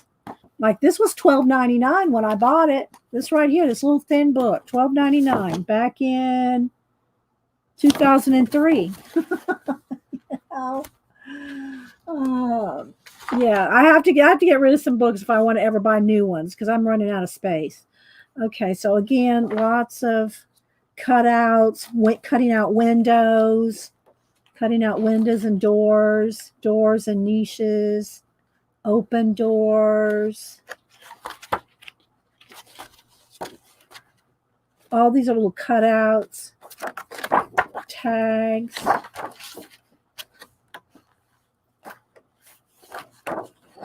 Out of maps. Okay, then the last one here is Altered Books Materials Guide. Again, this was $12.99 in the day. I can't believe I paid $12.99 for it, but I guess I did. This was 2003. But, back then, these kind of books, it was almost like they're self-published, design originals and things like that. They were like a new publisher, if I remember correctly, trying to publish their own craft books. So they were a little higher just so they could do it, themselves. So again, another little pamphlet. So all these, that could be a bundle. So that's all the old books I have in the stack. So I'd say, let me rephrase that. That's all the old books I pulled. That's the ones that I pulled to show you today. So let's see. Let me check up on chat. Let me get a sip of juice. Yeah, fixed price. Yeah, I'm going to have to figure out how to do that. I just wanted to pull those, see if there was any interest before I dug in any deeper. And again, let me get my list here. This is some of the bundles that I thought I could do, other than those are the art books, right? And again, when I say I could sell off some of my color books, I'm not talking about my Asian, my hardback, Marie Troll, those kind. But I could do some bundles of some color books, even if I have one page colored in them or something. But my art books and color books, then a couple other things I could bundle together, fabric, ribbon, yarn, and lace. And then I could do other bundles like stamps and ATCs, starters and blanks. Collage packs. Now, this is the one that would take me a little bit of getting together things, because collage papers that could go with napkins, tissue paper, deli paper, any kind of collage-y papers could be in a pack. And I have Project Life cards and stickers and scrapbook paper. tons of scrapbook paper, and I showed this earlier where I've taken apart lots of stacks, and then I recombine them, and there's like 30 different sheets in one little traveler's. This I cut them all down to the size of traveler's notebook, which is 4.5 by 8.5. So you could, like, stack them, insert and stack, and make your own traveler's notebook insert. But I think there's like 30 pieces of 12 by 12 paper cut down, 30 of them in one stack. And they're all cut down to traveler's notebook insert size. I just haven't, put 3 or 4 in a pot, together. They're just all cut down to the right size. So I have, like, I don't even know, 20 or 30. How many did I say earlier? I'd have to go back up and count again. But I got tons of these where I've cut down. But I also have tons of scrapbook paper, 12 by 12. The problem with that is shipping. So, but something like this is easy to ship. So y'all let me know in not just here, but like leave a comment, especially if you're watching a recording. Let me know like what kind of things you'd be interested in. Would you rather me just sell them off in bundles with a set price? Auctions are a lot of trouble. I watched Shannon Green's here 2-3 weeks ago, and it was awesome to watch. And I don't go to those things. I don't go to those auctions. So I know there's a lot of girls that do them. I just don't go to them. But I went to Shannon's because, Shannon. But but anyway, so it'd probably be easier to do them in like just a set bundle price plus shipping. But I don't know. So you're going to have to leave me information, leave me ideas. Let me know because, yeah. All right. So now I want to show you my 3 new books here that I've talked about. Plus, Janet sent me my initials. I love it, Janet. It's going to go in my Fibs book on your page. It'll probably be a paperclip because your page is full. So I'll paperclip this in my Fibs book. But isn't that nice? Janet did a bunch of these on her show and gave some away. And don't forget, Janet streams today at 1 Eastern. And I don't have any idea what she's going to do. I could ask her and she'd probably say, I don't know what I'm going to do either. So anyway, thank you, Janet, for my little initials. I love it. Look at all the little Zentangle dangles. So cute. That's going in my Fibs book. Okay, so let me go ahead and I'll start with, I'm going to save Gary's book for last. Okay, so I know some of the girls have shown this. It's been out for a couple weeks, but I got it last week and I didn't stream last week. I took a week off, which I rarely do. I think in 10 years, I've only taken off 3 weeks in 10 years. So maybe 4. Or maybe a day in 1 week, a day in another. But I rarely have taken off. I know, isn't it, Carla? It is gorgeous. Take off a full week. But I did this last week because I had things I had to do. Hubster and I had some appointments. We went out and saw the kids and just different things. So I just took the week off. So I didn't have to try to cram everything in. And also, I am working on Inktober. I am working in the Cute and Creepy. I'm going to try to do as many pages out of this book this month in October. And I've already done 2. I've posted them both on Instagram. So you can follow me, Inkywell, INKIWELL, or just put in Dee Dee Willingham and you'll find me. But I'm going to try to do as many pop manga, Cute and Creepy, Camilla Del Recco, pages out of this book as possible, along with my Inktober. And my Inktober this year is Inksectober. Inksectober. And I'm doing 1 insect a day on a 22 by 29 poster. And I'm not going to even show you guys here the poster until the end of the month. So every day you'll get to see one little section, and some of them are overlapping. They're you'll see a little bit of one bug next to another bug, but I'm doing 1 a day, and then at the end of the month it'll be a full poster, and I'll show you that at the end of the month. let's see what else. I think that's it. So I've already posted 2 pictures out of this on Instagram, and I am posting my Inktober and these on Instagram and Facebook. In my color book album, I made a new Inktober 2020 album on Facebook just for the Inktober. I was going to make a video showing this is my 6th year of doing Inktober. I've done 5 completed years. I've done the whole month for 5 years. This will be my 6th year. And I was going to do a review of all the ones I've done, but I think y'all seen them all.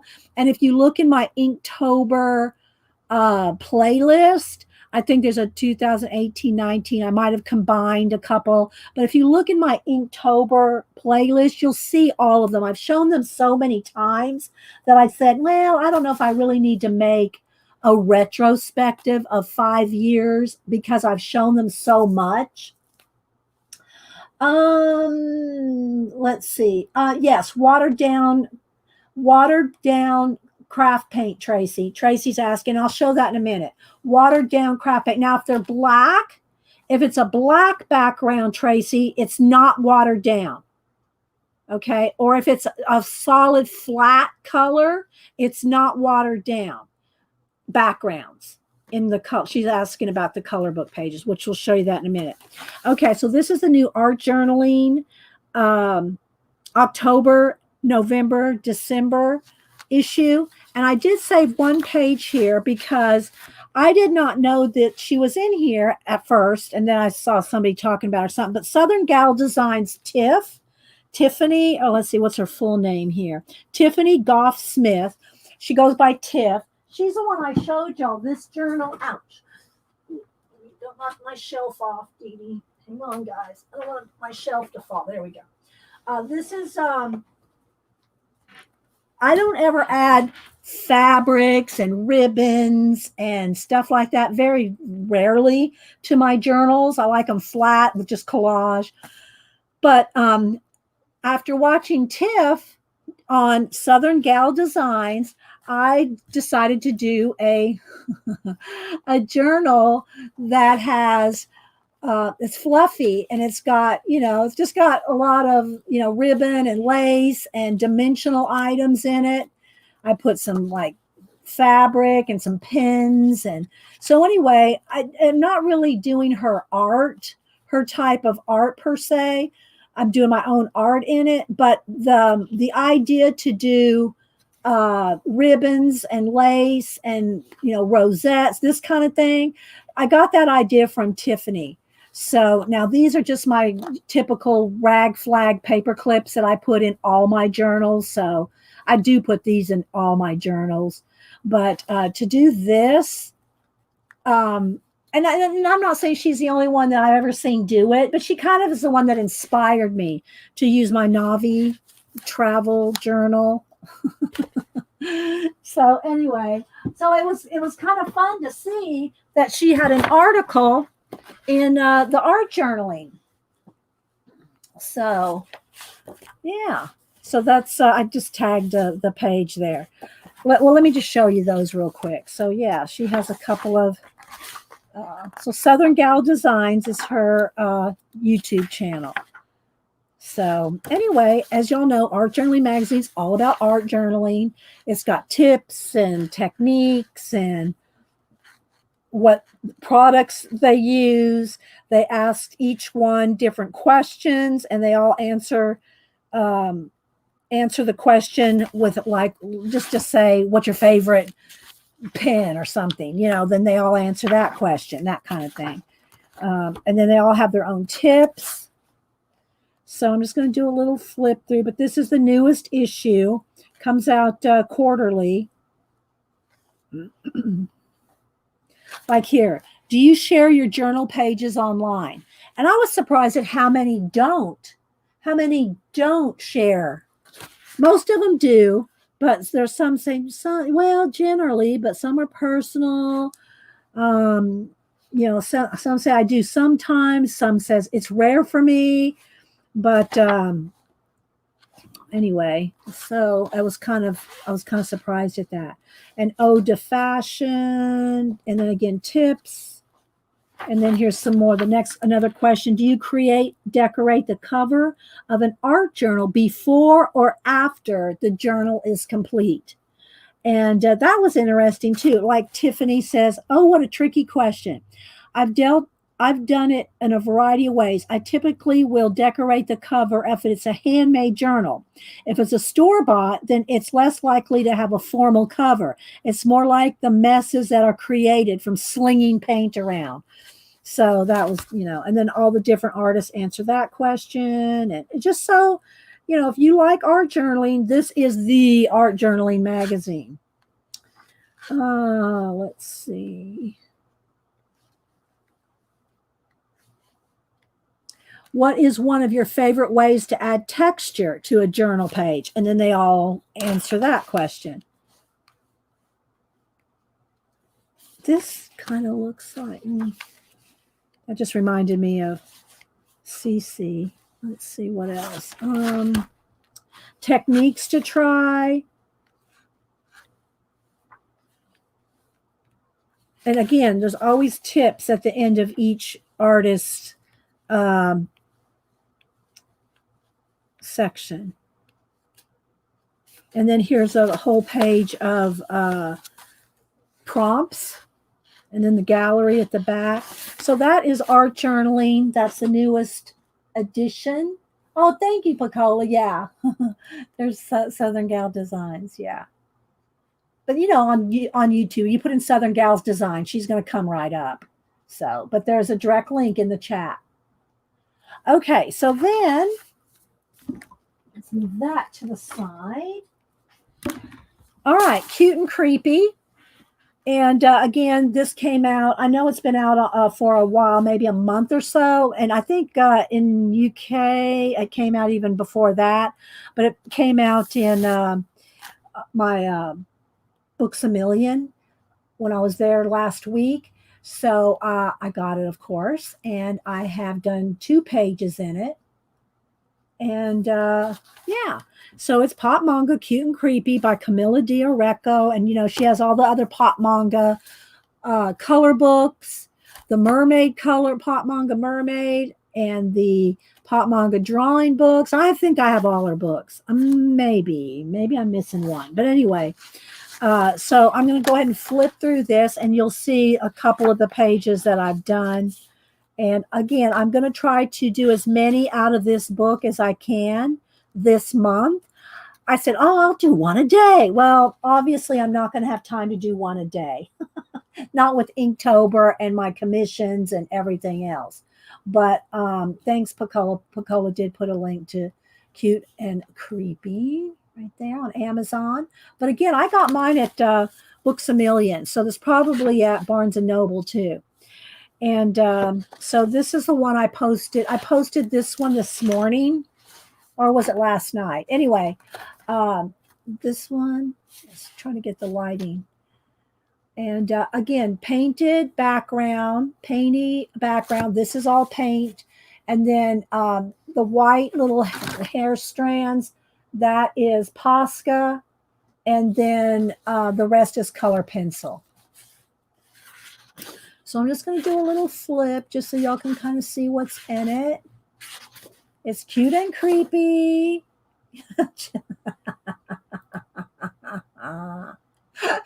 I hear ya, girl. Tracy, you like this one the best? You like this one the best? Okay. And then this is the one I did, I think, 2 days ago. And again, I did post it on Instagram. So, yeah, background is painted with black acrylic paint. And then I did all kinds of little squiggles and things around the background.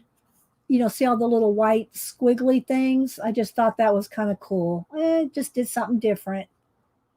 And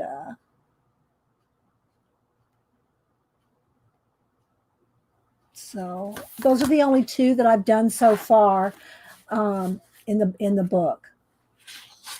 So I'm just going to keep flipping just so y'all can kind of see. I love the little frog. Look at them. Oh my gosh, they are. They're so cute and creepy. But anyway, I'm going to try to do as many as I can out of this book this month.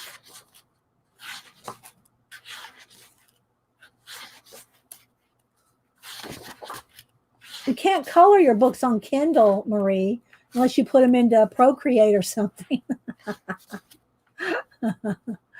I like this mummy. So, I mean, I like it. Any of them are going to be fun to do. There's some zombies, vampires. Cute and creepy, cute and creepy.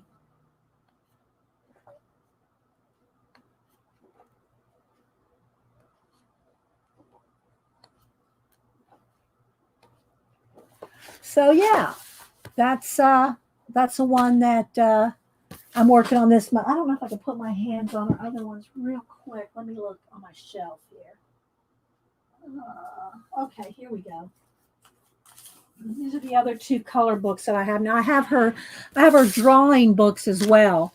How to draw pop manga and that kind of thing. But these are the other two color books that I have. So this one is Mermaids and Other Sea Creatures. And I'll just kind of flip through and show you the couple of pages that I've colored in this one. So there's some seals.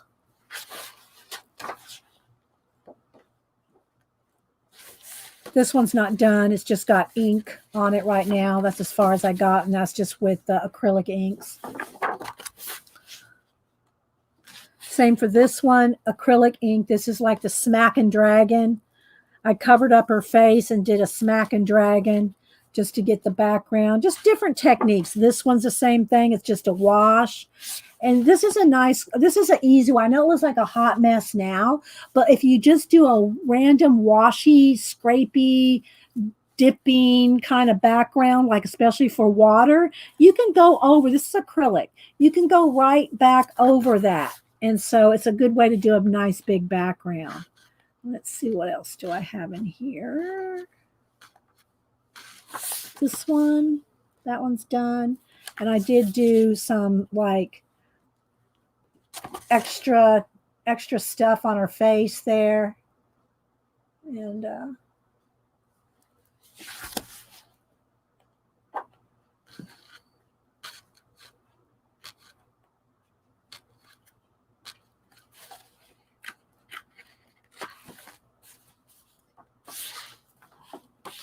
this one took a while, and it's with that dragging through the wet watered down paint and ink, and I think it was paint, could have been some ink too, but I just drugged the book through the ink and the paint, and then went back on top of it with white Posca. This one I did with pan pastels, so that's done with pan pastels and then color pencil. But to get this, to achieve that look, that's with pan pastels. Okay. All that little texture there, that's pan pastel. And then more shading with pencil.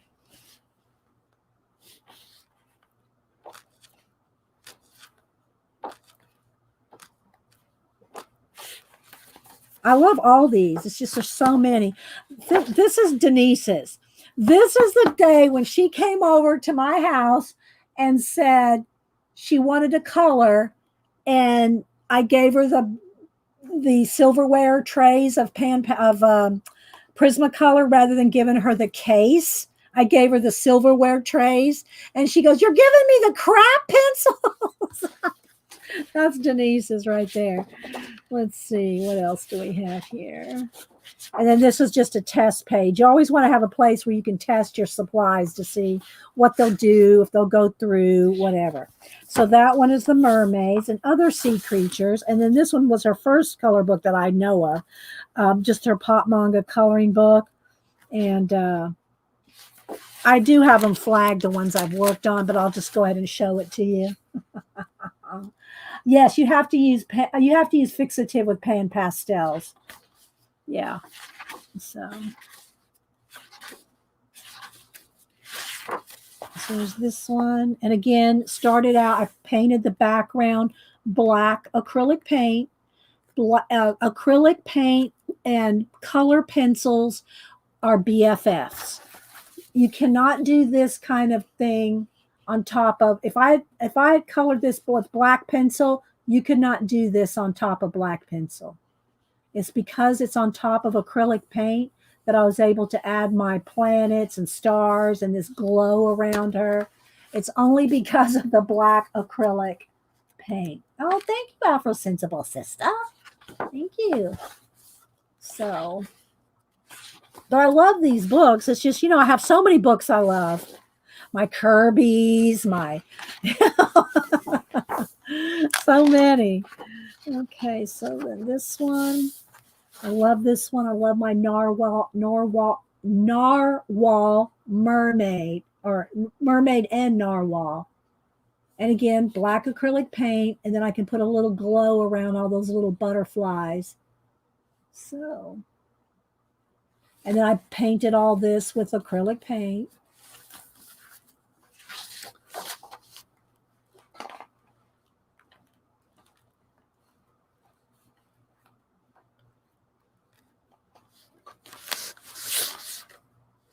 Okay, there's this one. Very bright. Again, paint and pencil. Paint base, pencil shading. This one, same thing. The background is paint.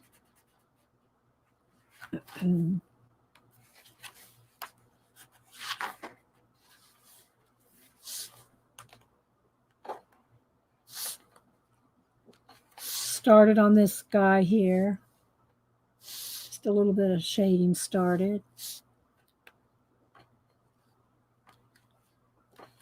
This one, I did this one with Inktober, with ink tints, and I did not like how I could not get ink tints to do what I wanted in the background. I would have just preferred just to use watercolor. I could not get my ink tints. I don't want to say it dried so fast, but once you wet, completely dissolve ink tints, you can't go back and re-wet it enough to make it smear enough. So I didn't like it the way it turned out, but we did a test. We did a test. That's all done with the ink tints. And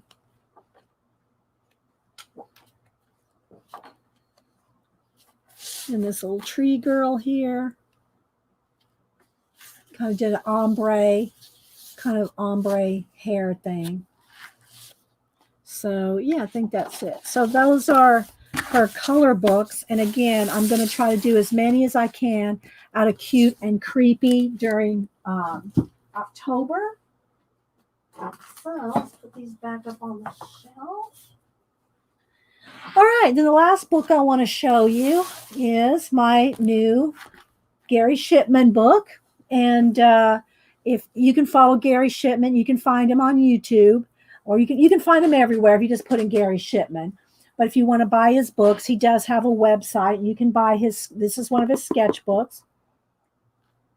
It's a hardback. Remember I showed you his Titan Mouse book? Same author and artist. Let me see.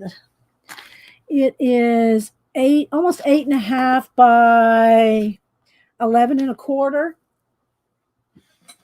hardback. And this book is so cool. When I saw him showing some of it on his channel, I said, oh, I got to get that. It's just so cool. And so this, I don't know that he's doing it in all of them. I think he is, but he's doing an ink drawing in the cover of all of them. I think, I don't know, maybe Juanita. Do you know if he's doing it? Because Juanita got one too. One of this book.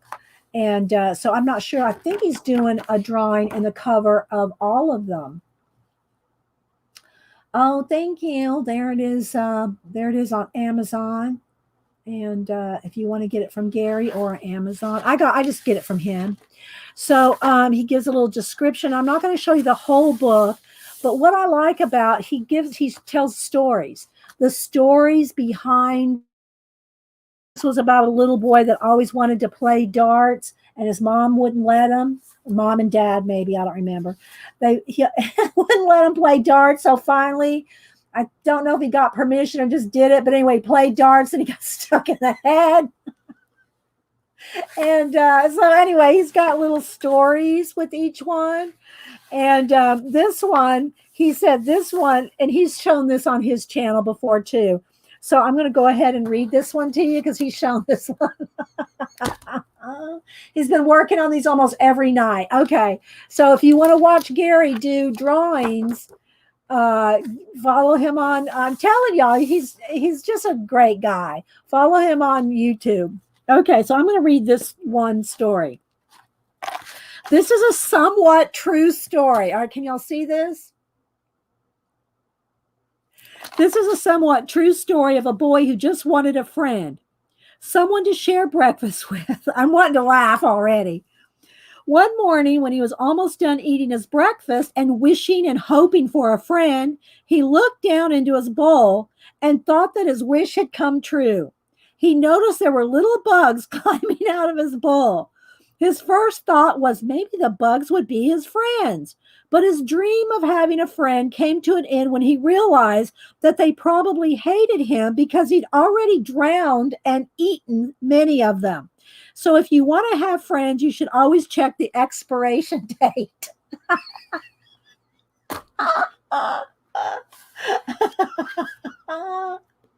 Check the expiration date.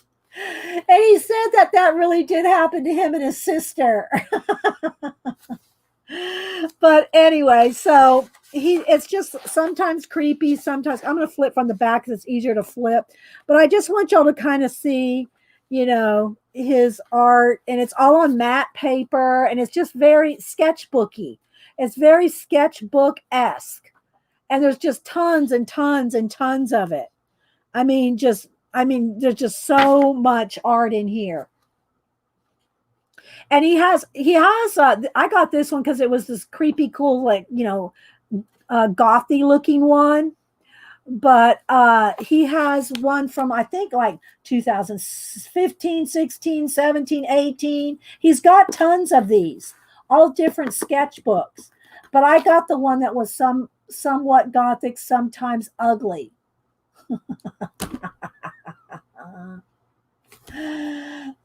Yes, he's been here, Towel. Yeah, he's been here a couple times, actually. He popped in as a guest on an impromptu Saturday at the end. And then I had him on with me and Janet as a guest. He was a guest with me and Janet on a Thursday. And speaking of, this coming Thursday, the Comic Book Hut is going to be me and Janet's guest.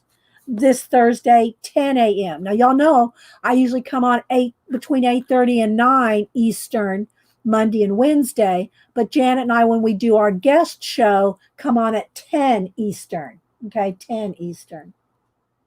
Yeah, he is awesome. So anyway, very creepy, cool. And he's got little stories and descriptions and, little stories about it. And it's just, you have to read it for yourself. So anyway, but that is one that he read on his show or talked about on his show. So yeah. So Breakfast with Friends. That's what that one's called. So there's little titles with them, and it's just really awesome. And then he did sign the cover as well there. So that's our Gary Shipman. Sipping juice, guys, losing my voice. Yeah, and Hut and I are doing an exchange, an art exchange. He's doing an art piece for me in Upster, and I'm doing one for him. So I'm going to work on that on Thursday, and he's going to work on his. And I don't know what Janet's going to work on. She probably doesn't know yet. I don't even know. What are you doing today, Janet? Hi, Kate. Bye, Devin. Thanks for popping in. And anybody else I might have missed. Jilly. I know I'm missing people. So, yeah.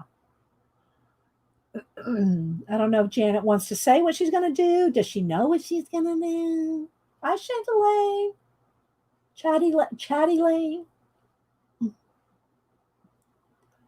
Okay, so yes.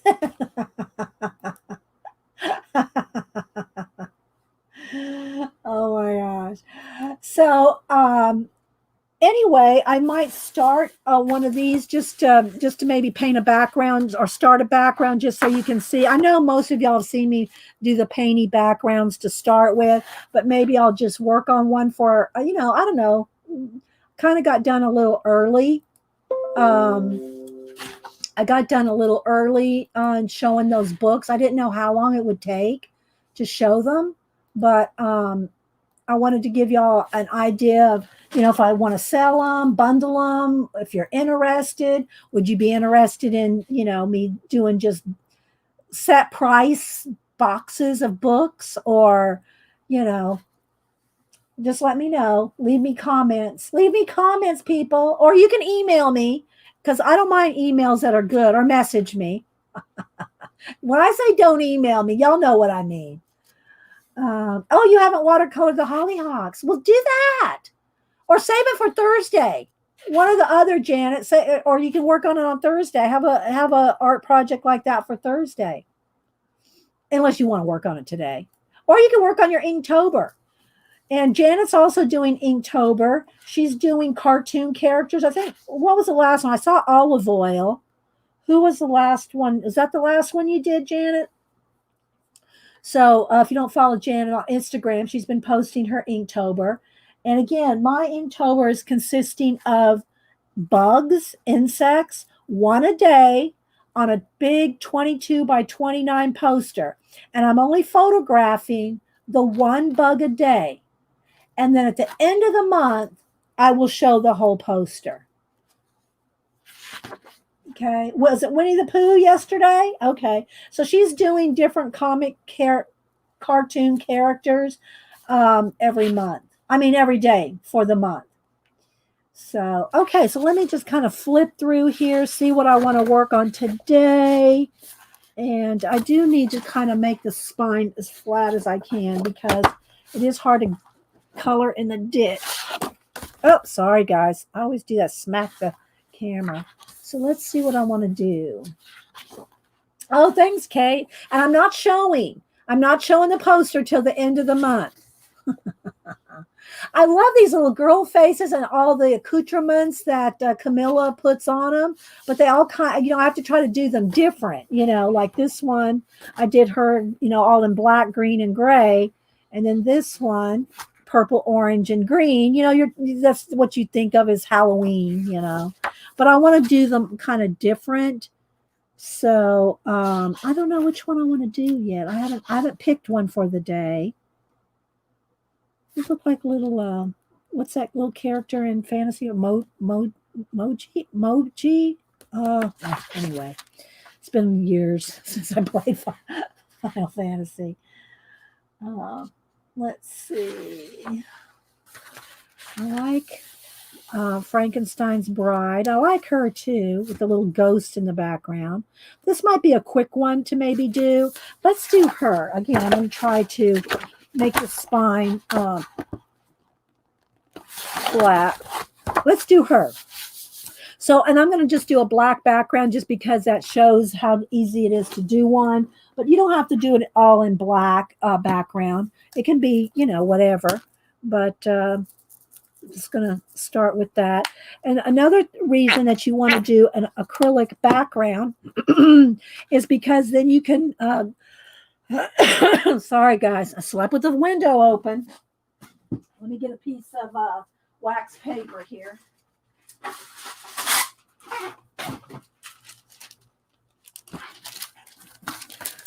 So you want to make sure you don't glue your pages together with paint. So put something behind this. And then, again, you almost have to try to break the spine to get it to lie flat. And I don't care when I paint these, I don't care if it gets on the page next to it because I'll just paint over it if I don't like that color. All right, let me see. Let me get a brush here. Get a kind of a small Get an angle or a flat. That'll work. Get it wet. And I always dampen my brushes before dipping them in acrylic paint, but I don't want any water in this paint. I don't want any water in the paint. You want it flat, no water. Okay, so and again, I'm trying to do some as many out of this book as possible this month. Okay, so here we go. I'm going to get down here in the ditch.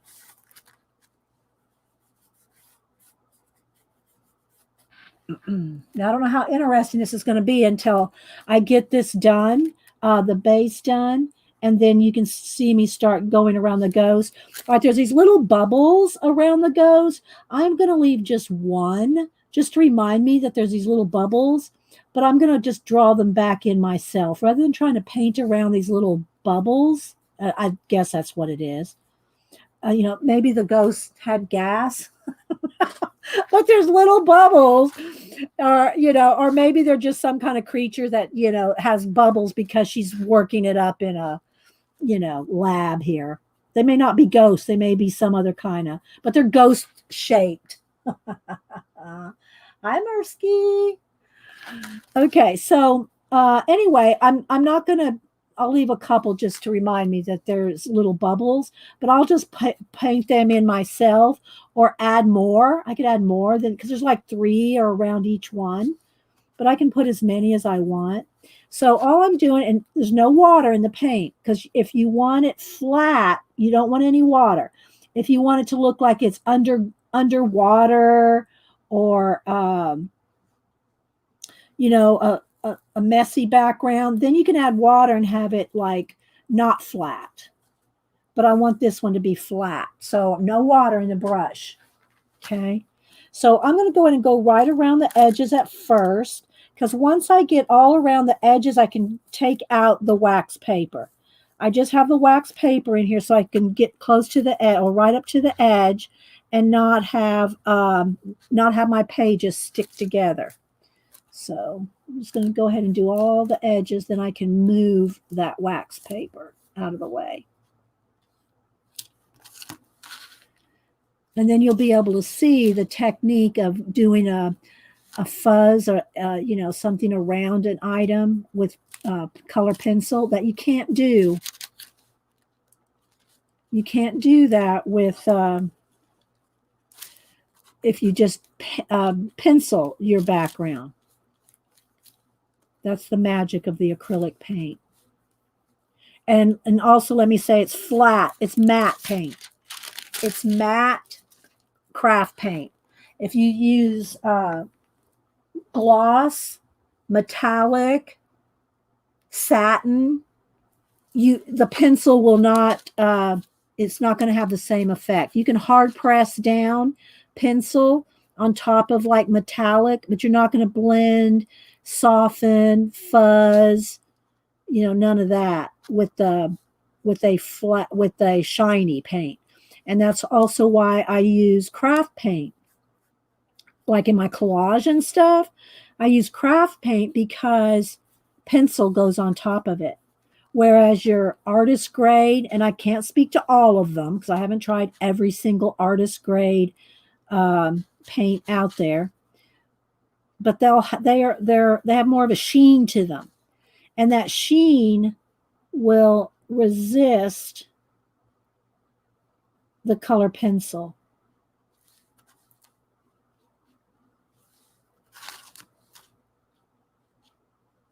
Now your brush might start getting hard from the paint. So every now and then you might have to clean your brush out because the paint starts to dry in the brush. But make sure that you dry it really well because you don't want water in it if you want it flat, perfectly flat. I can't say all gesso. It probably depends on the gesso. I would say yes, Abigail, but you better test it because if it's any kind of a sheen to it, then it will resist. But from the gessos I've tried, I don't use gesso all the time or much, They're usually flat. I have the Finnabair black. I should test it for you guys. But that's, I can't say all of them. All right, so now I'm going to want to do her hair very fuzzy and curly. So I'm going to just kind of do that right up to the edge, because then I can curl. I can drag the curls over into the background. You'll see in a minute. So let me go ahead. And again, there's all these little bubbles and stuff that I'm just kind of really, I saved a couple, but I'll just repaint them in.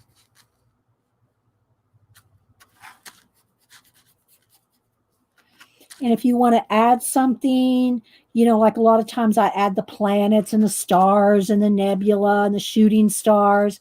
Don't be afraid to add your own things to your color book pages. Make them your own. I always say that the artist that did the book is not going to email you and tell you you did it wrong. At least I've never had one do so.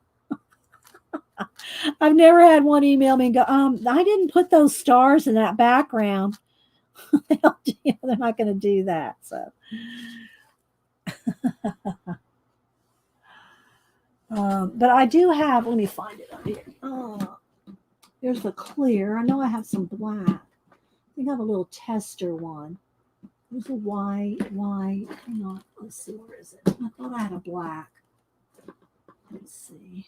Yeah, here. So I have a little tester of the black gesso. So let's do a test. We'll put some on a Post-it note here.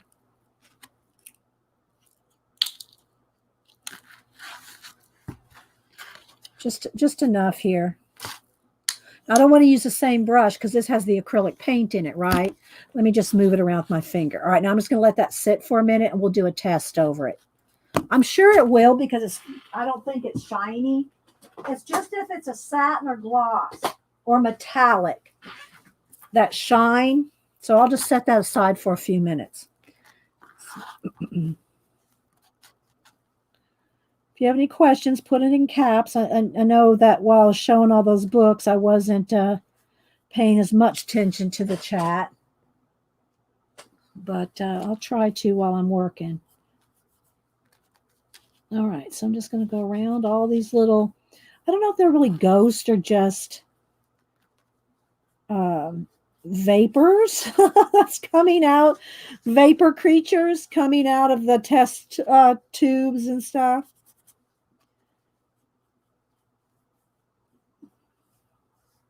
So we're going to make her a dark-skinned girl. I like her hair, so I'm going to make her a dark-skinned girl.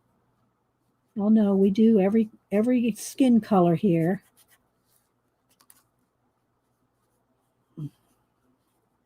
So we'll do that.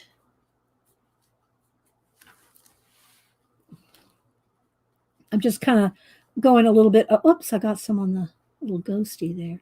I'm just kind of going around her hair here. So I'll do the curls with the Posca and the pencil and make it nice, fuzzy and fun curly hair there on the ends. So we'll do that.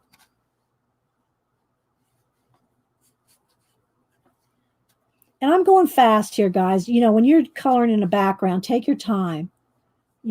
Especially if you have the little details, like those little bats and those little cats and all that. You don't want to go too fast. You want to take your time. It's a little ghost thing. There's a partial one there. It's peeking out from behind her hair.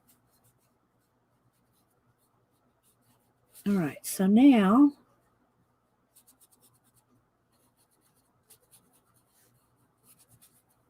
there we go. Did I get it all? Oh, nope, somewhere in here.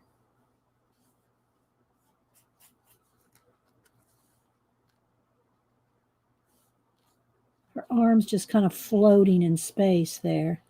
It's not like attached to, just kind of like a vignette. So let's just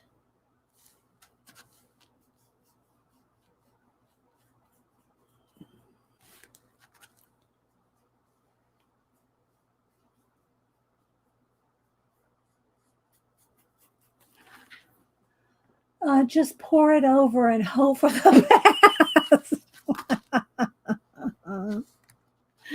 Hey, don't tempt me. That may be a cool page. Just do a pour. I've never done the acrylic pours. All right, let's see.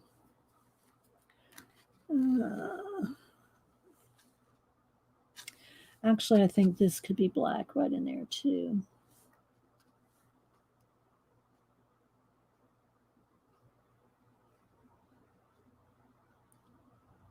So I'll try to finish this one today or tomorrow to post on Instagram and Facebook. Clean my brush here. Okay, so now let's hit this with the heat gun.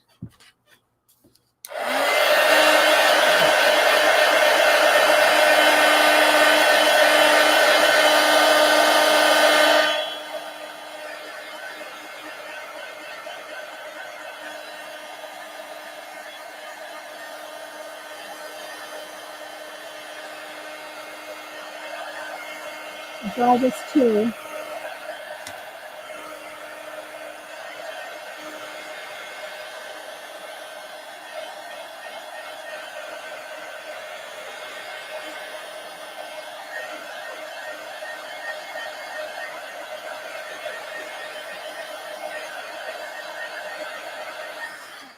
Okay, so now I think I'm going to want them to be kind of, I know there's a lot of green and orange and purple and the Halloween things, but I think I do kind of want them to be a green tint to them. So let me get my pencils here. I'm actually using pencils out of a case. They're still Prismacolor, but I've got a set in the case and a set in the silverware trays that Denise calls the crap pencils. All right, so that's dry now. So let's test that with a pencil. It's flat, it's matte, it's not shiny, so I'm sure it's going to work.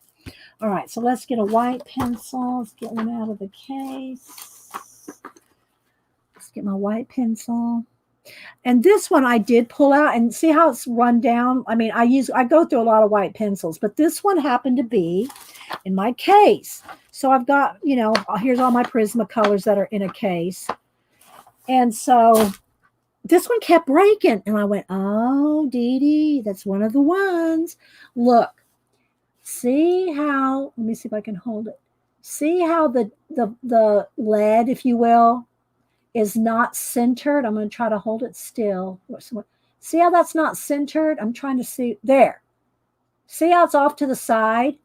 Anytime you buy individual Prismacolor, make sure that is not happening. When the lead, and I just said lead, it's not actual lead, it's just, pencil pigment.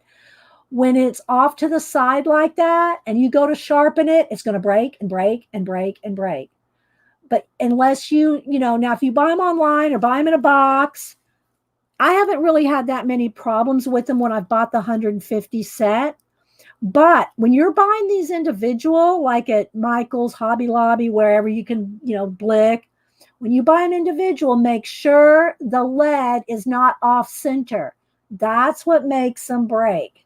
So this one's broken a lot. So while I'm using it, it's probably going to break again. All right, so let's see here. Yeah, see, it works fine on the black gesso. All right, see how white that I got that? It goes back to pure white on top of the black. You cannot do this on top of black pencil. You cannot do this on top of black pencil. Okay, so now what I want to do, but it did work. Whoever was asking about the gesso, at least with the Finnabair heavy black gesso, Art Basics, it's a matte, okay? And I like her gessos. I'll tell you why I like her gessos. They're creamy. They're not gritty. Like there's some that, like I think Liquitex might be one. There's certain ones that are gritty, and there's a purpose for some that are gritty, that you want to have that grit for a reason. But I don't. I want it as creamy and smooth as acrylic paint. And these Art Basics are very creamy, smooth, no texture. So, all right. So I think, let me get my lime green here. So I might start with the lime green. I'm trying to give you as many tips, and as I think of things, I tell y'all as I think of them. All right, for instance, most color books, very few color books are true black. And that can be good. It can be good, especially if you're doing faces or, shading on lined areas, and you don't want a harsh black line. But when you buy books that are not printed with dark black, see, that's not black, that's gray, right? Um, you have to go in, especially if you want pupils, eyeliner. Let me go ahead and zoom in a little more.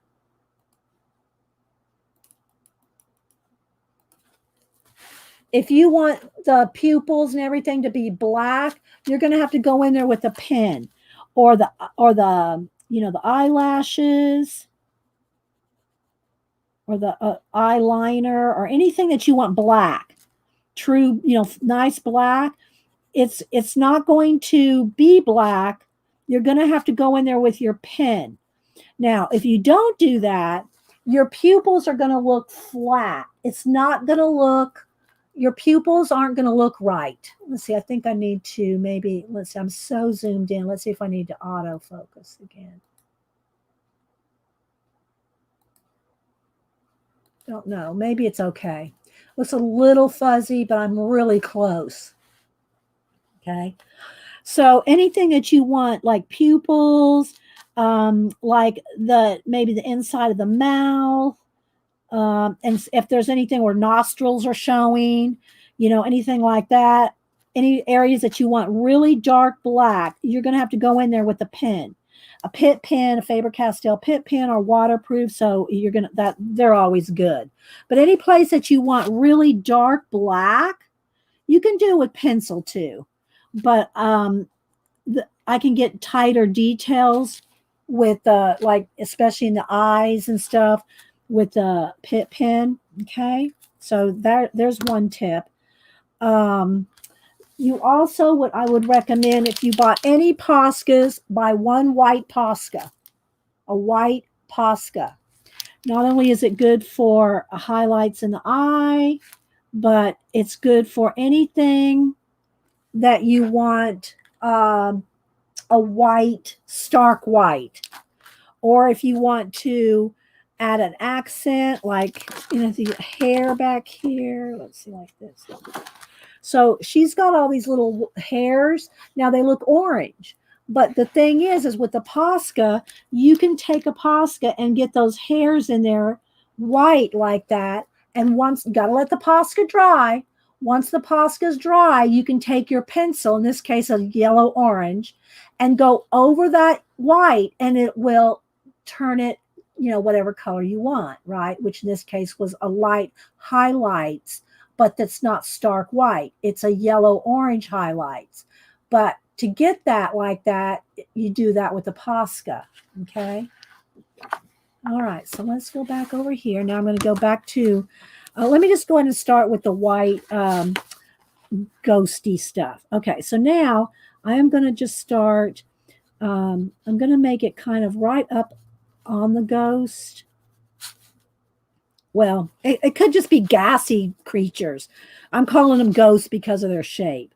But I'm going to get right up on them first. Okay. And then I'm going to kind of soften it out, maybe even make it kind of, wavy or something. You can do whatever you want. It doesn't have to be flat and smooth and perfect. Do some odd things and have some fun with it. So I'm going to put some of that around now, and see how light their eyes are. So what I'd probably do in this case, first I'd probably just do, and you could do this with paint too. You could just do a flat wash of lime green paint, but I'm just going to go ahead and put just a flat pencil there. Okay. And then I'll take another green. What green do I want? just a little darker maybe. And I'm going to do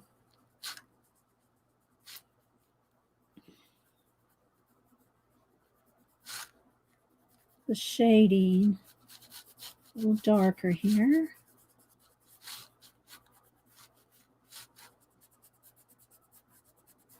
And then I'm going to go into the white so that it looks like some of the green is kind of fogging around.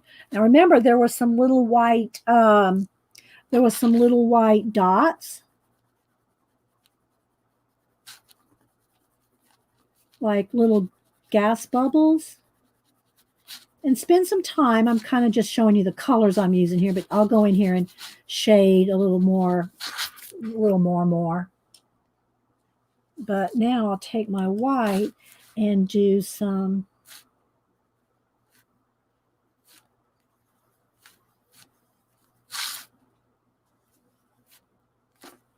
like little bubbles around. And I'm just, if you want them whiter, then you can just go in there with your Posca and get them nice and bright white, and then go around them with your pencil. See how much brighter the white Posca is? So am I moving here? Or something? Let me do a test. Are y'all just watching? Okay. Same thing for some of the, I can do some brighter.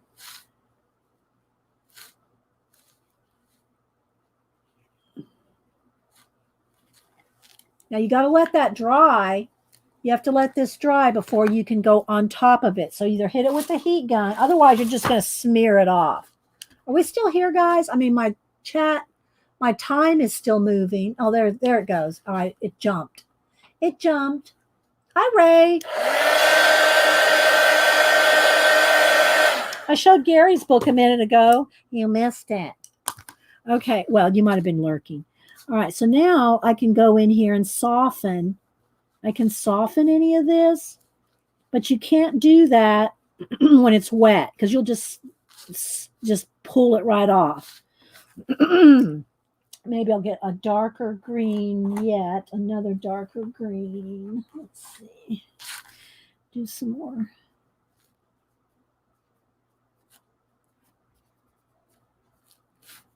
Do a little bit more shading maybe. So I would do this around all the little gassy ghosts. Oh, thanks, Debbie. All around all the little gassy ghosts, and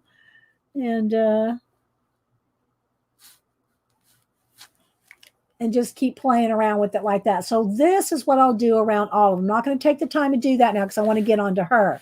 If I would spend the next, 30 minutes that I have 45 minutes, it would take me that long to do all these, right? It'd take that long to do all of these. So I'm just going to just do one, maybe whoopsie, I pushed too hard. That didn't break because of the pencil. That broke because I pushed too hard. Where's my sharpener? Here it is.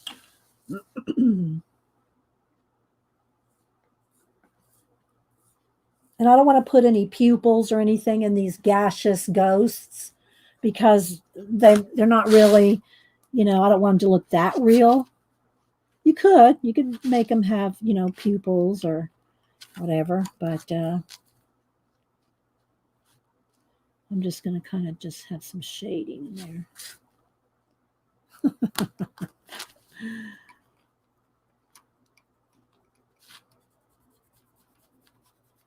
But I want them to be kind of real wispy like.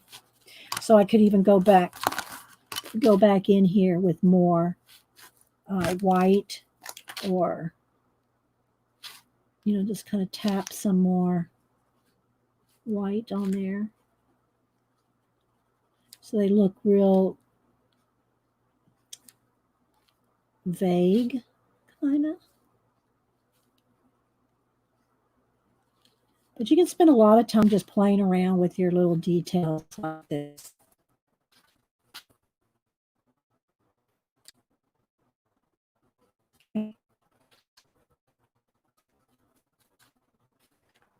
You can also do that. I'm doing it with a Posca, but you could get in here with a brush and like this one, and wisp it in. You know, you can do this kind of thing, clouds, wispies, you know. All right, so let's get into her face. And I'm probably going to do her goggles green too, like the glass and the goggles, you know, like the steampunk look. And then she'll also have to have green in the bottles because whatever she's mixing up to make these little green ghosty things is going to be in there. So we're going to add that in there. Okay. Bye, bro. Hi and bye, G. All right. So now let's do her face. Let me get a couple pretty browns here. Let's get we'll get a mahogany, and now let's go with the terracotta and a burnt ochre, and then just kind of a neutral to blend. This is rose. What is it? I can't even tell. See, rose. Oh, I can't tell what it is. I hate when they're silver, seashell pink, silver writing on a pencil color. Okay, so this is what we're going to use. All right, so now I'm going to start with terracotta, and I'm going to start doing where I want the shading to be. Do some shading, the darkest part. And you can start with just a solid color over the whole face. I like to, I don't know, it just depends on what I'm using with a pencil, and I do different. I can sometimes start with just a color, but this is kind of not very big, so I want to get my little dark color in here, a little bit of shading here, right over her eyes. Shadow probably be right under those glasses. She's wearing goggles and glasses. So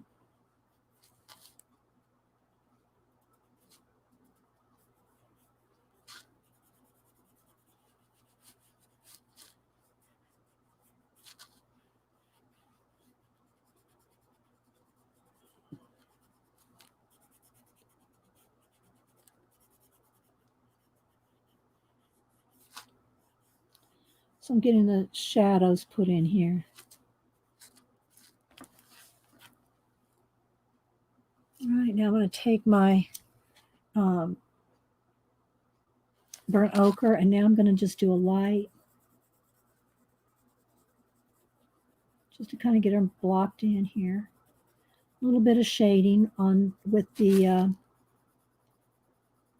dark into the light here.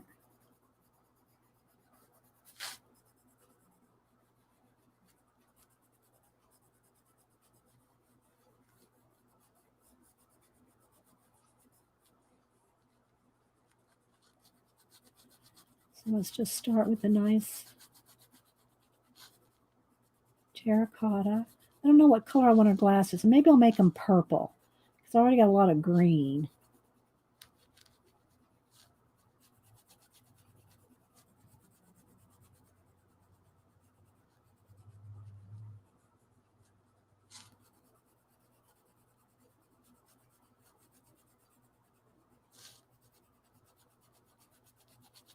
Okay, there's a start there. Okay, I think, let me get what color purple do I want? Maybe a mulberry, because it's a different color of purple than the other purple I've been using on some of the other pieces. And let's go ahead and do a mulberry color glasses. We'll highlight it. We'll put some highlights on it with a Posca. Let's just block it in, because I want to get to her hair too. If you have any questions, put them in caps. I try to keep looking up, but I know I'm probably missing people.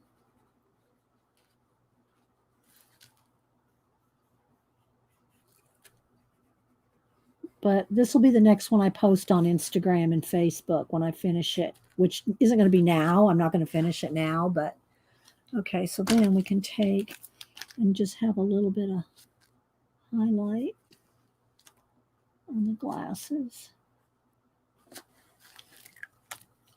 That. Give it a little shine. And if you don't want that shine to be that bright white, let it dry. And then I can go back over it with a lighter purple. And it'll be it won't be a white highlight, but it'll be a light highlight, right? Okay, so now let's go back to our terracotta here and decide what color do I want her to have. What eyes do I want her to have? Do I want to have brown eyes, green eyes? I'm thinking green because of just all the green. I think that would be kind of cool.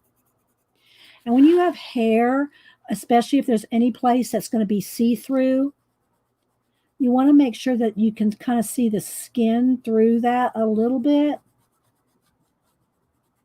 Regardless of the skin color, you're going to see some of the skin through the hair at the hairline like that.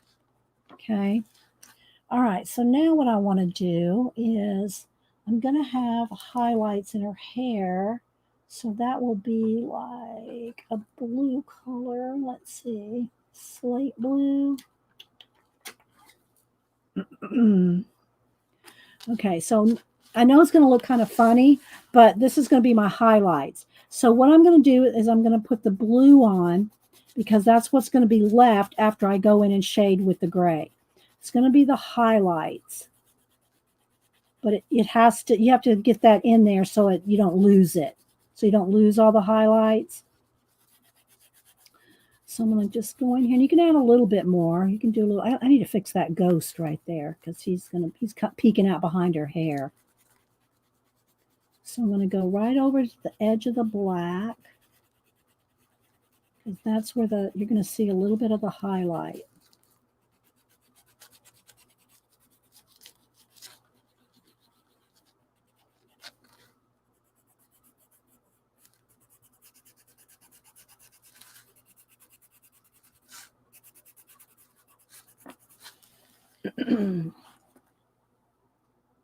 It's fall indoors too. It's fall. I mean, oh, hi, Dar. Good to see you. Okay, so now I'm just going to kind of leave it for that for a second. And I think let's go ahead and give her green eyes.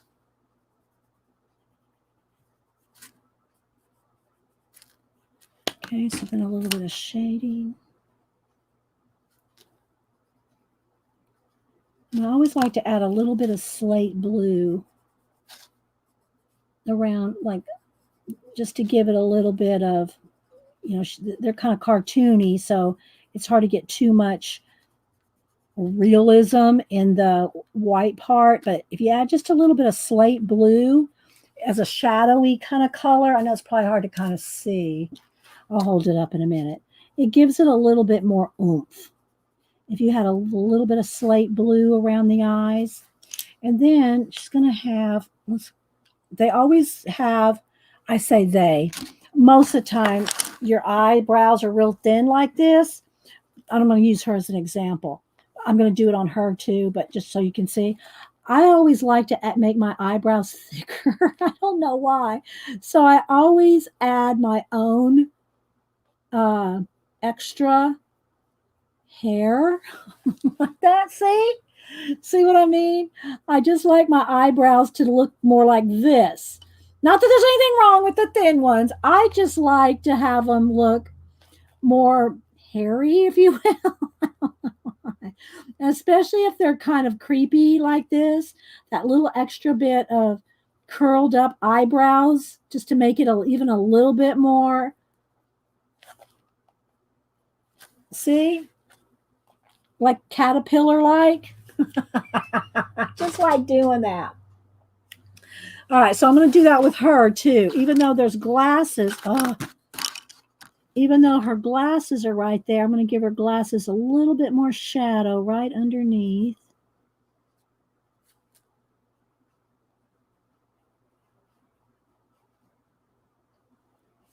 And then her eyebrows, I'm not going to make them as big as hers because she's a little farther away.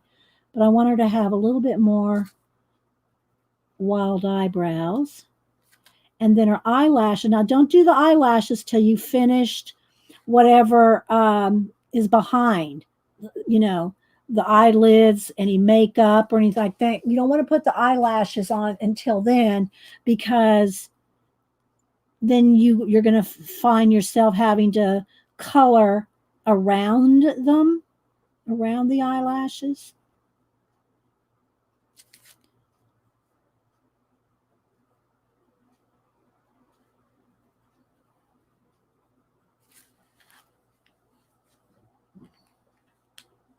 Okay, so now I'm going to go back up here with my dark green, just because I want to get that nice little shadow in there. I'll stay in frame here.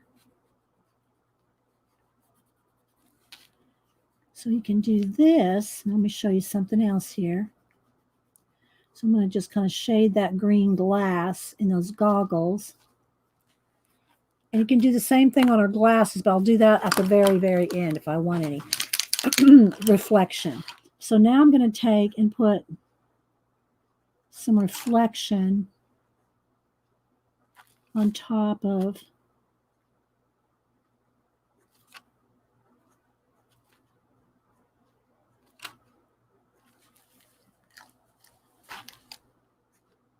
a little bit more on top of the glass.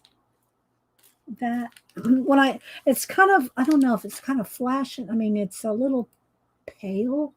Let me turn the brightness down just a little tiny bit, because the color is not really coming through there. It's a little better. If I tilt it, you can see it a little better. Okay, so now I'm going to go ahead and get in here. I'm going to make these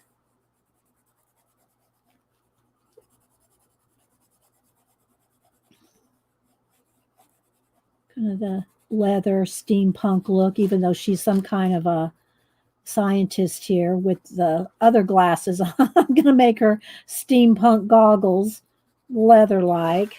And then these would probably be like some kind of rubberized something. I'm going to go ahead and put them in the blue too. We're going to kind of tie everything together.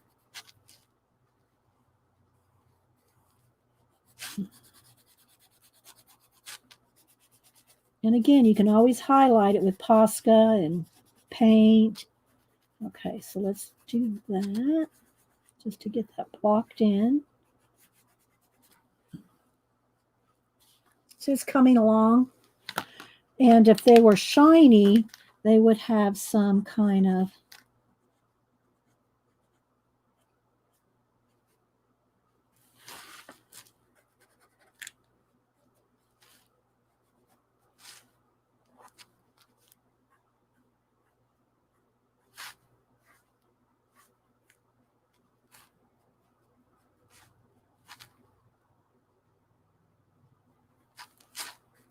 do that with pencil, I think. Give it a little bit of shine there. Hi, Ashley. I know I'm missing people. Shelly. All right, let me get back on her face for a minute. Get back in here with the terracotta. Oh, let me go back to that pink. Let me sharpen this. On the glasses, these highlights that I want, not white, but like just a highlight.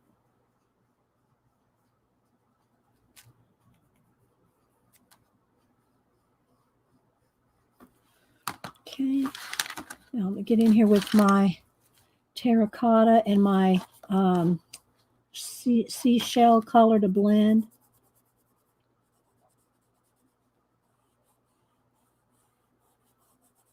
Okay, let me put our little color on her tongue there.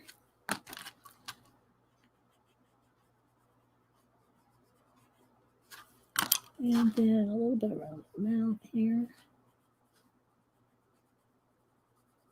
The manga girls, they seem to, and I don't know, and I've asked people before, I don't know how many of y'all do manga drawings or stuff, but when Cameron was doing lots of manga, and it seemed like they always had these little, like dark triangle noses for shading. It wasn't like they shaded like you would normally on a regular person, a real person. They have these like little triangle noses. And I always look like, so are these manga kids drunk or something? Why do they have these like drunk looking noses? But that's just the way it's like, it's on a lot of the manga type um little characters. They have these little bitty noses, and when they color them, they're little triangles. I don't understand it. But anyway. Hi, Angie. So yeah, so I don't know what that is, but they're all shaded little, and it's whether it's whatever color. A lot of times are red too, pink or red. Pink or red shaded noses. Is like, is that just a manga thing? So yeah.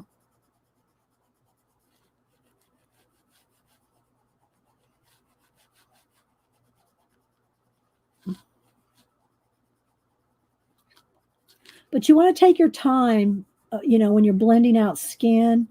You want to do it smooth and take your time.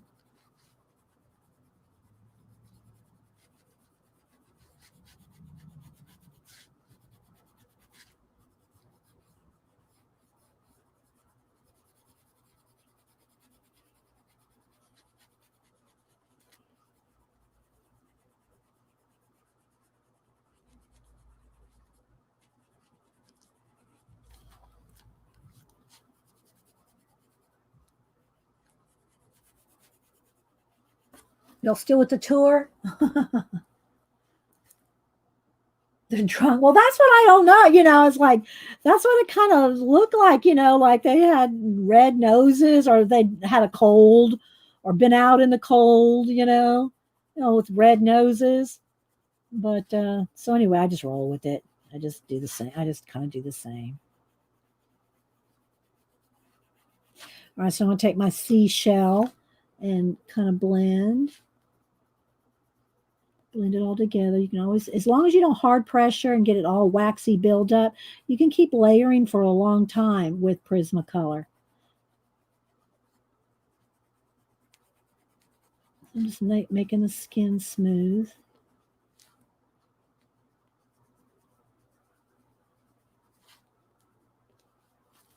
A little bit darker in here.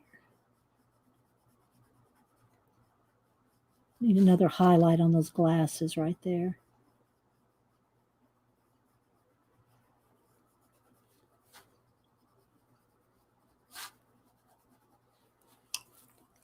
And regardless of any color skin you're doing, there's still going to be light areas. So you can have the darkest dark skin, but there's still going to be light on the skin. So, you want to leave highlights or lighter areas. And if you get something too dark, remember, you can paint it out with, like, especially with the Posca. You can Posca it out and then just go over the Posca with the pencil once the Posca's dry.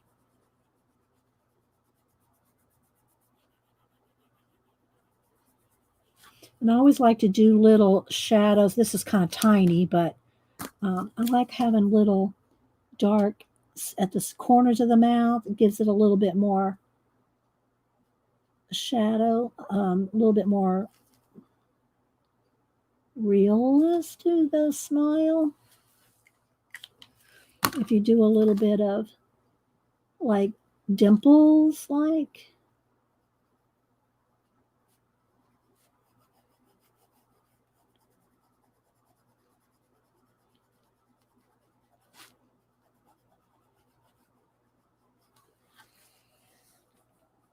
We're really zoomed in, guys. When we zoom out, you're going to see it looks, I'm working very, very tiny here. It doesn't look it because I'm so zoomed in, but it's very tiny little areas. Okay, now let's see. I think I need some. I'm going to turn it just for a minute, just so I can get a little line under the glasses here. Now they're not going to be that. It's not going to stay that color, but I want to pop out the highlight on the glasses. So I'm going to go ahead and do some highlight on the glasses. And then when that dries, then I'll go back over it with the pink. Okay.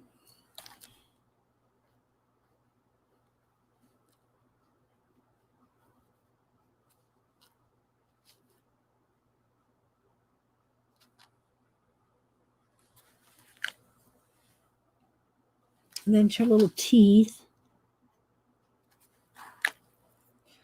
All right, a little bit more dark brown. Sharpening.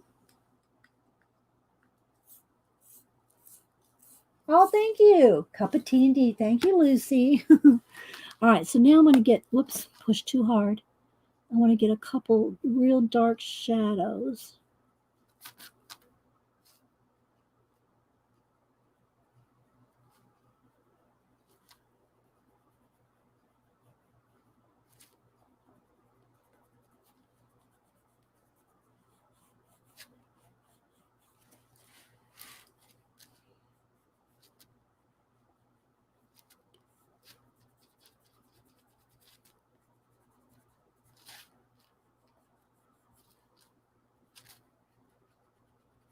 And I say this all the time. People will ask or message me and show me their pictures that they've done, and they'll say, I use the same colors as you, and I followed along, and why doesn't it look right or doesn't look like yours?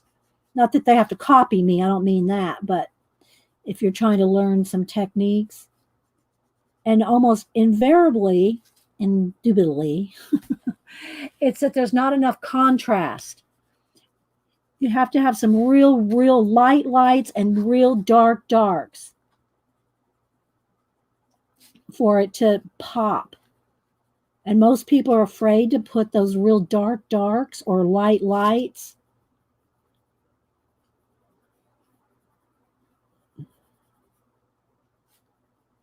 Okay, so now let's go back with the dark purple. Yeah.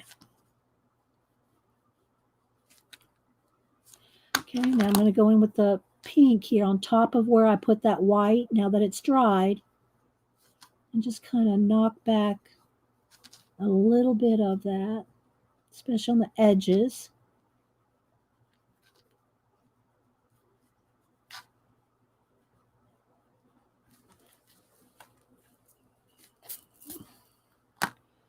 Okay. Sharpening, got to keep your pencils really sharp too. I've just done a lot of them.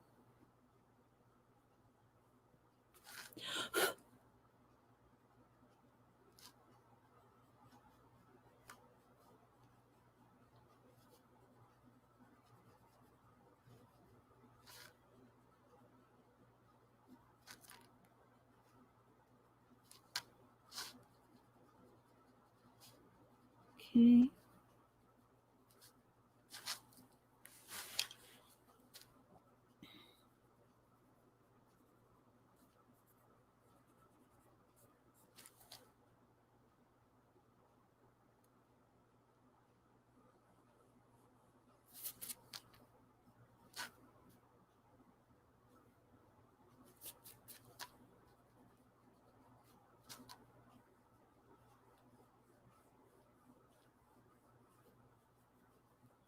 All right.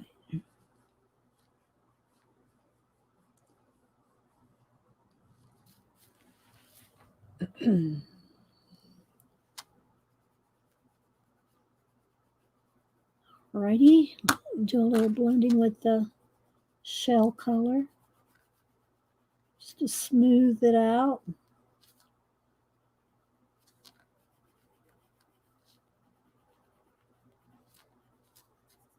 All right, let's do her hair.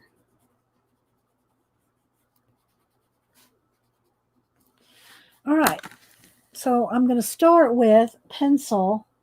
Do I want to start with pencil or do I want to do some pen first? Yeah, maybe. All right, let me get my black and a gray.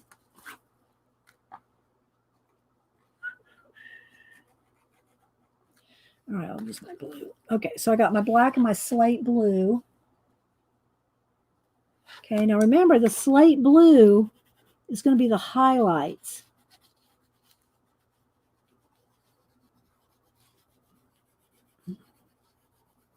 I think that's actually part of the ghost right there. Him. I think this kind of goes into the ghost right there. Just so I don't want to lose that little ghosty.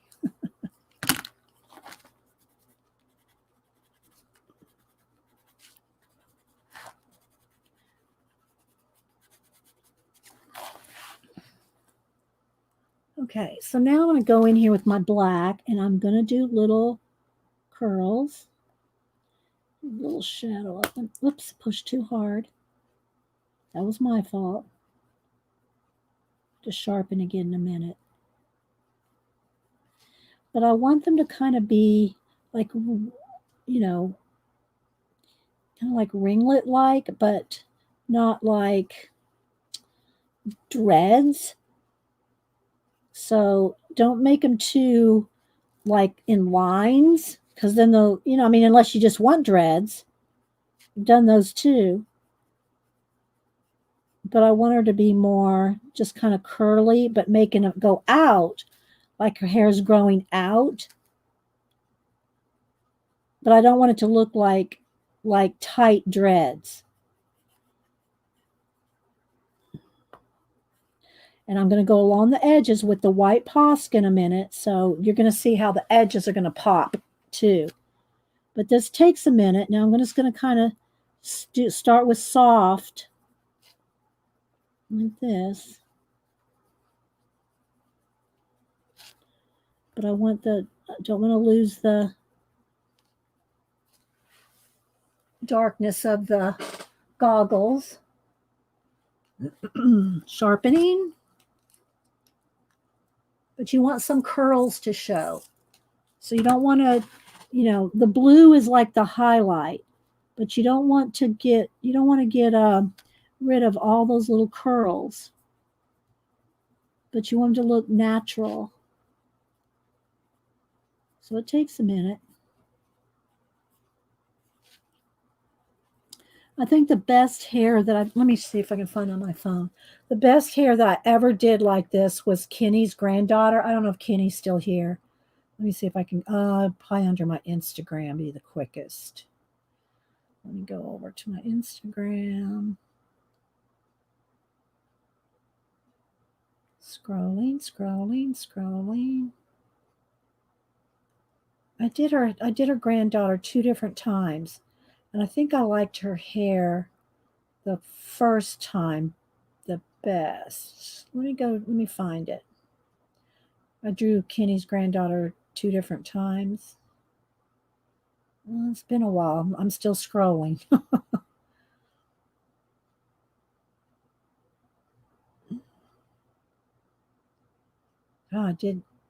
I saw the most recent one, but I want to go back to the first one. Hang on, guys. I'm not looking at chat. Wow, is it this long ago? I've gone back through 2 Inktobers.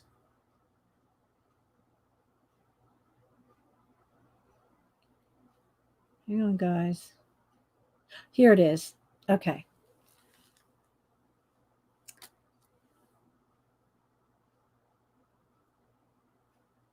See how it's on the edges?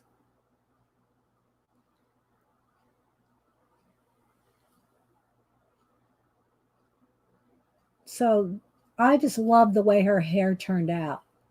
And so you can kind of see the highlights.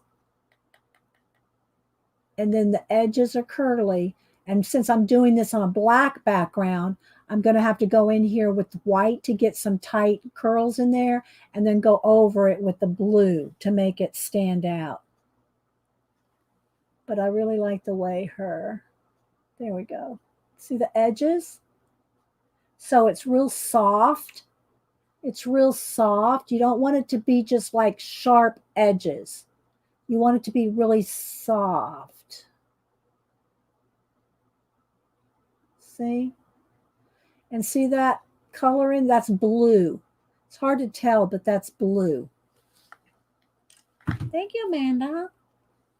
So again, it takes a minute, you know.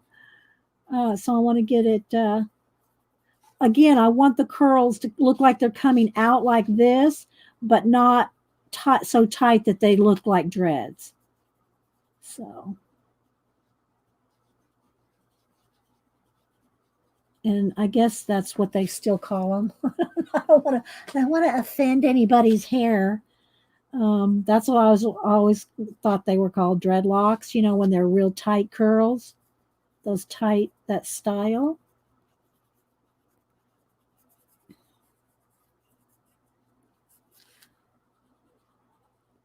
Don't email me, people.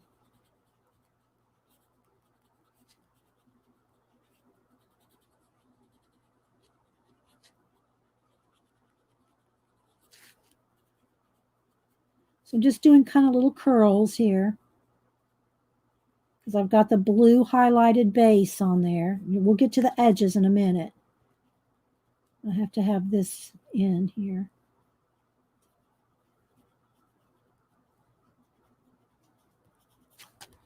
And you want it like a little bit of variation, so don't have them all like the same. Have it come some darker in here, some maybe there's some more darker in here, here.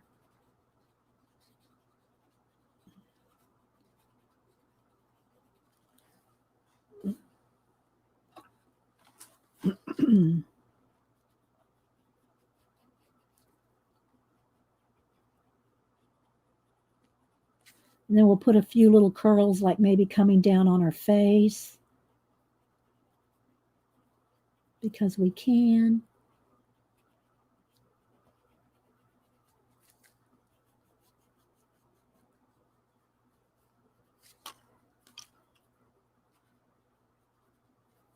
You still with the tour, guys?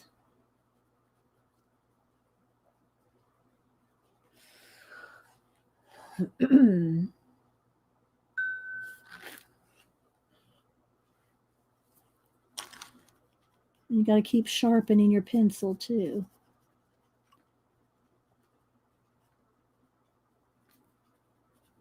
Which time? I got about 5 minutes. Here come the cats. They're saying, it's almost time for lunch. It's almost time, lunchtime.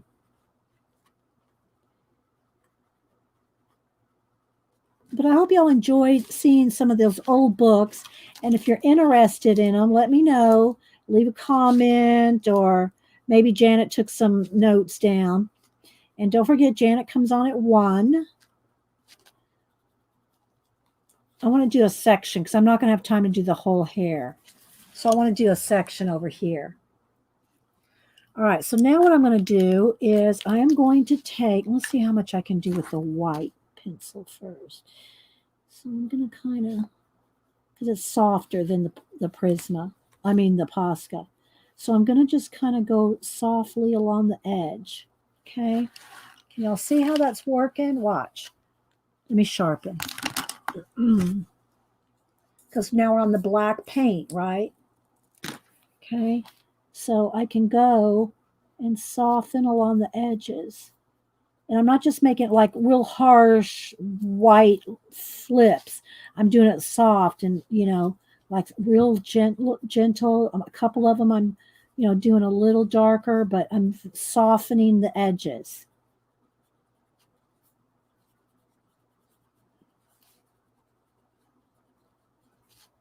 Okay, then you can start working. Because remember, there's a coat of blue, light blue on here for the highlights. So now when I go in here with my pencil on top and softening those little curls, it's going to make it more realistic. Can y'all see that? And try to get this little side section done. Can y'all see how that's softening?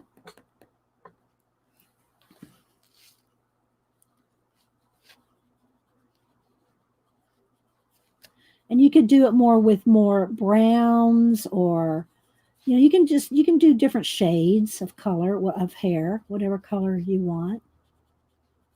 You can do it, you know, put more brown in here, like I did Kenny's granddaughter.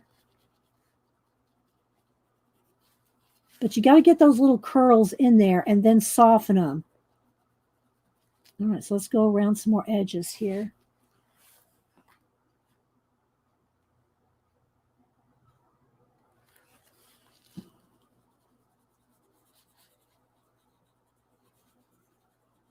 This is where in my head I'm going, shh, shh, shh, shh, very soft, gentle, taking my time. I'm going to go ahead and go around the whole edges, even though I haven't done the little curls in this area yet.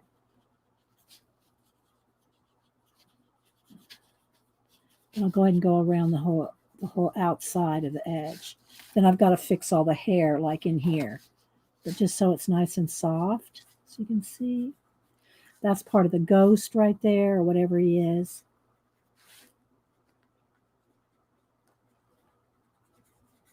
All right, I do need some more black over here.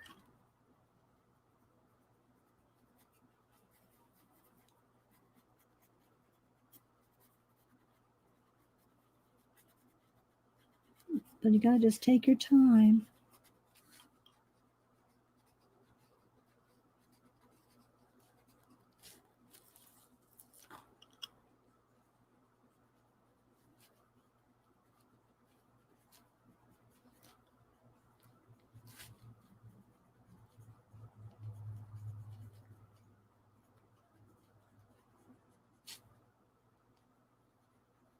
And if there's any areas that you can't get soft enough with the pencil, you can always go in here and soften it with, a little bit of Posca.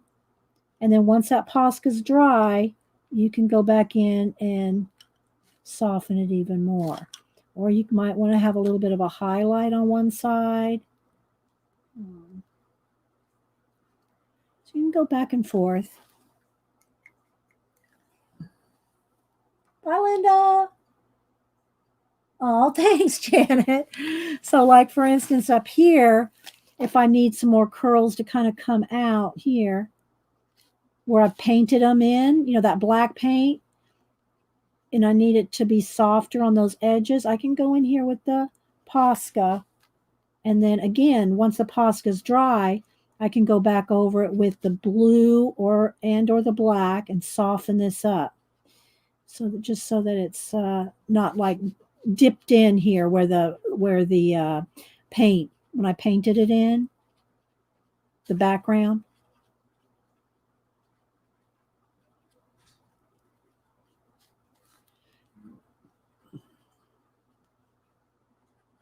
And again, there's one of those little ghosty things right there. So that's going to have green, because this is one of those ghosts right there.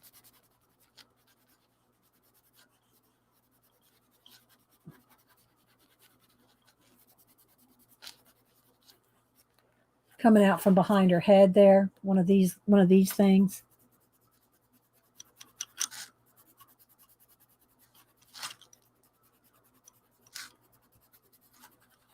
Gaseous creatures that she's concocting. Oh.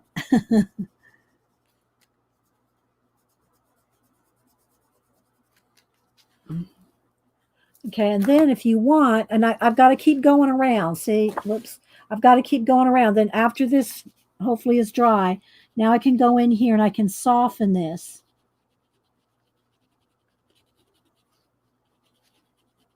Whoops, broken pencil. Well, Wolfie, the girl next to this one, look, I'm going to show you. Look, it's Bride Frankenstein on this one. Although I did add caterpillar eyebrows to her. So I can just keep going here and, softening and curling. Now, I haven't done all the curls in here yet. So, but then you can go in here and soften. And then again, we could even add a couple little, let's do it with the Posca, and then I'll go back over it. You can add,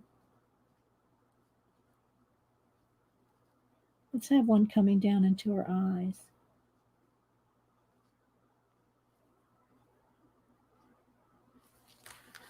Now, once that dry, I'll go over it with the black and the blue.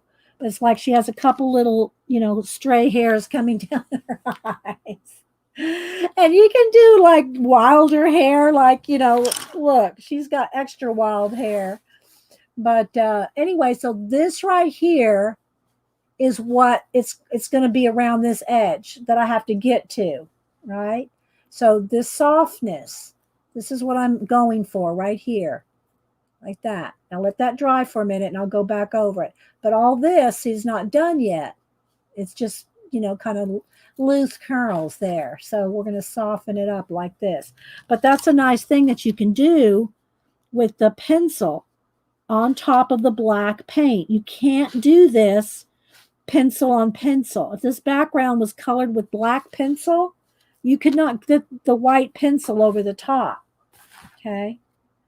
All right. So that we can do that. We can even have let's just have maybe one or two coming out from behind her ear here. And again, I'm going to knock it back. It's not going to be white. She's not going to have white hair, but I'm going to just put a couple little curls like loose there. Now, once it dries, let's see if that's dry.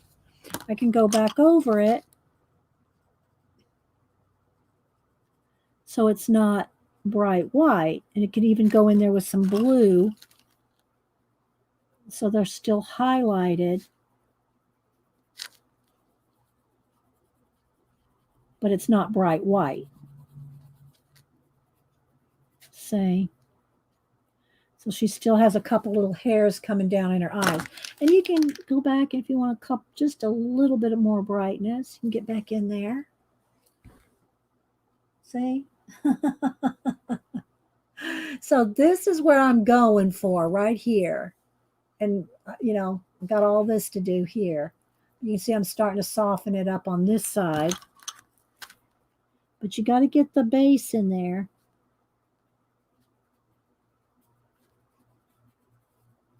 And again, I'll probably finish this one either later today or tomorrow. I still have to do my Inktober. I'll do that while I'm watching Janet today. So let's just soften this edge here. And again, I'm going to do all the ghosties like this, or the gas, whatever it is she's concocting. And you can even do some other things like, all right, let's see here if I have time to do this. All right, so she's got this concoction going, and we can do something like this. And you want to do this kind of thing after you've got all this colored, because you don't want to have to go back over this. See, I'm not done shading and coloring the green yet, right? So I don't want to be doing a lot of this swirly stuff until I've finished whatever's in the background. But then once I do that and get all this done, then I can do things like this. Whoops. I can go in here and do the right over the top of what you've colored. Same thing here. We can do, but you don't want to do this kind of stuff until you're finished with whatever's underneath. But then I can get in here and do some some swirly bits coming out from the bottle, right? And then you can also, once I have the jars or the glass, I'll have it tinted a little something here. I don't know, maybe a little blue. So I'll have this beakers.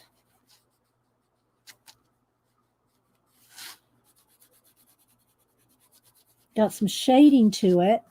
And then I can go in here with the white Posca and give it some,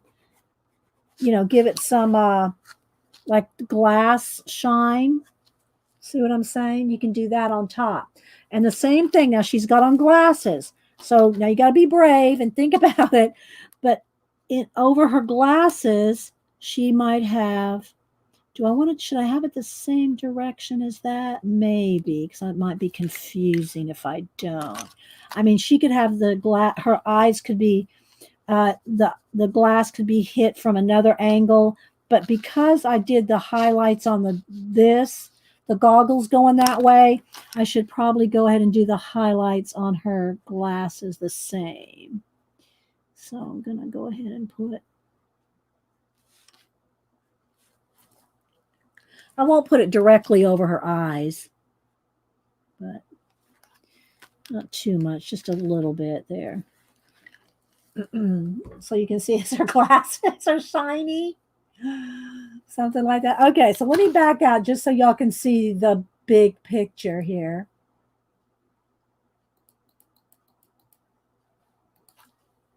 Okay. So you can see where we're going with it.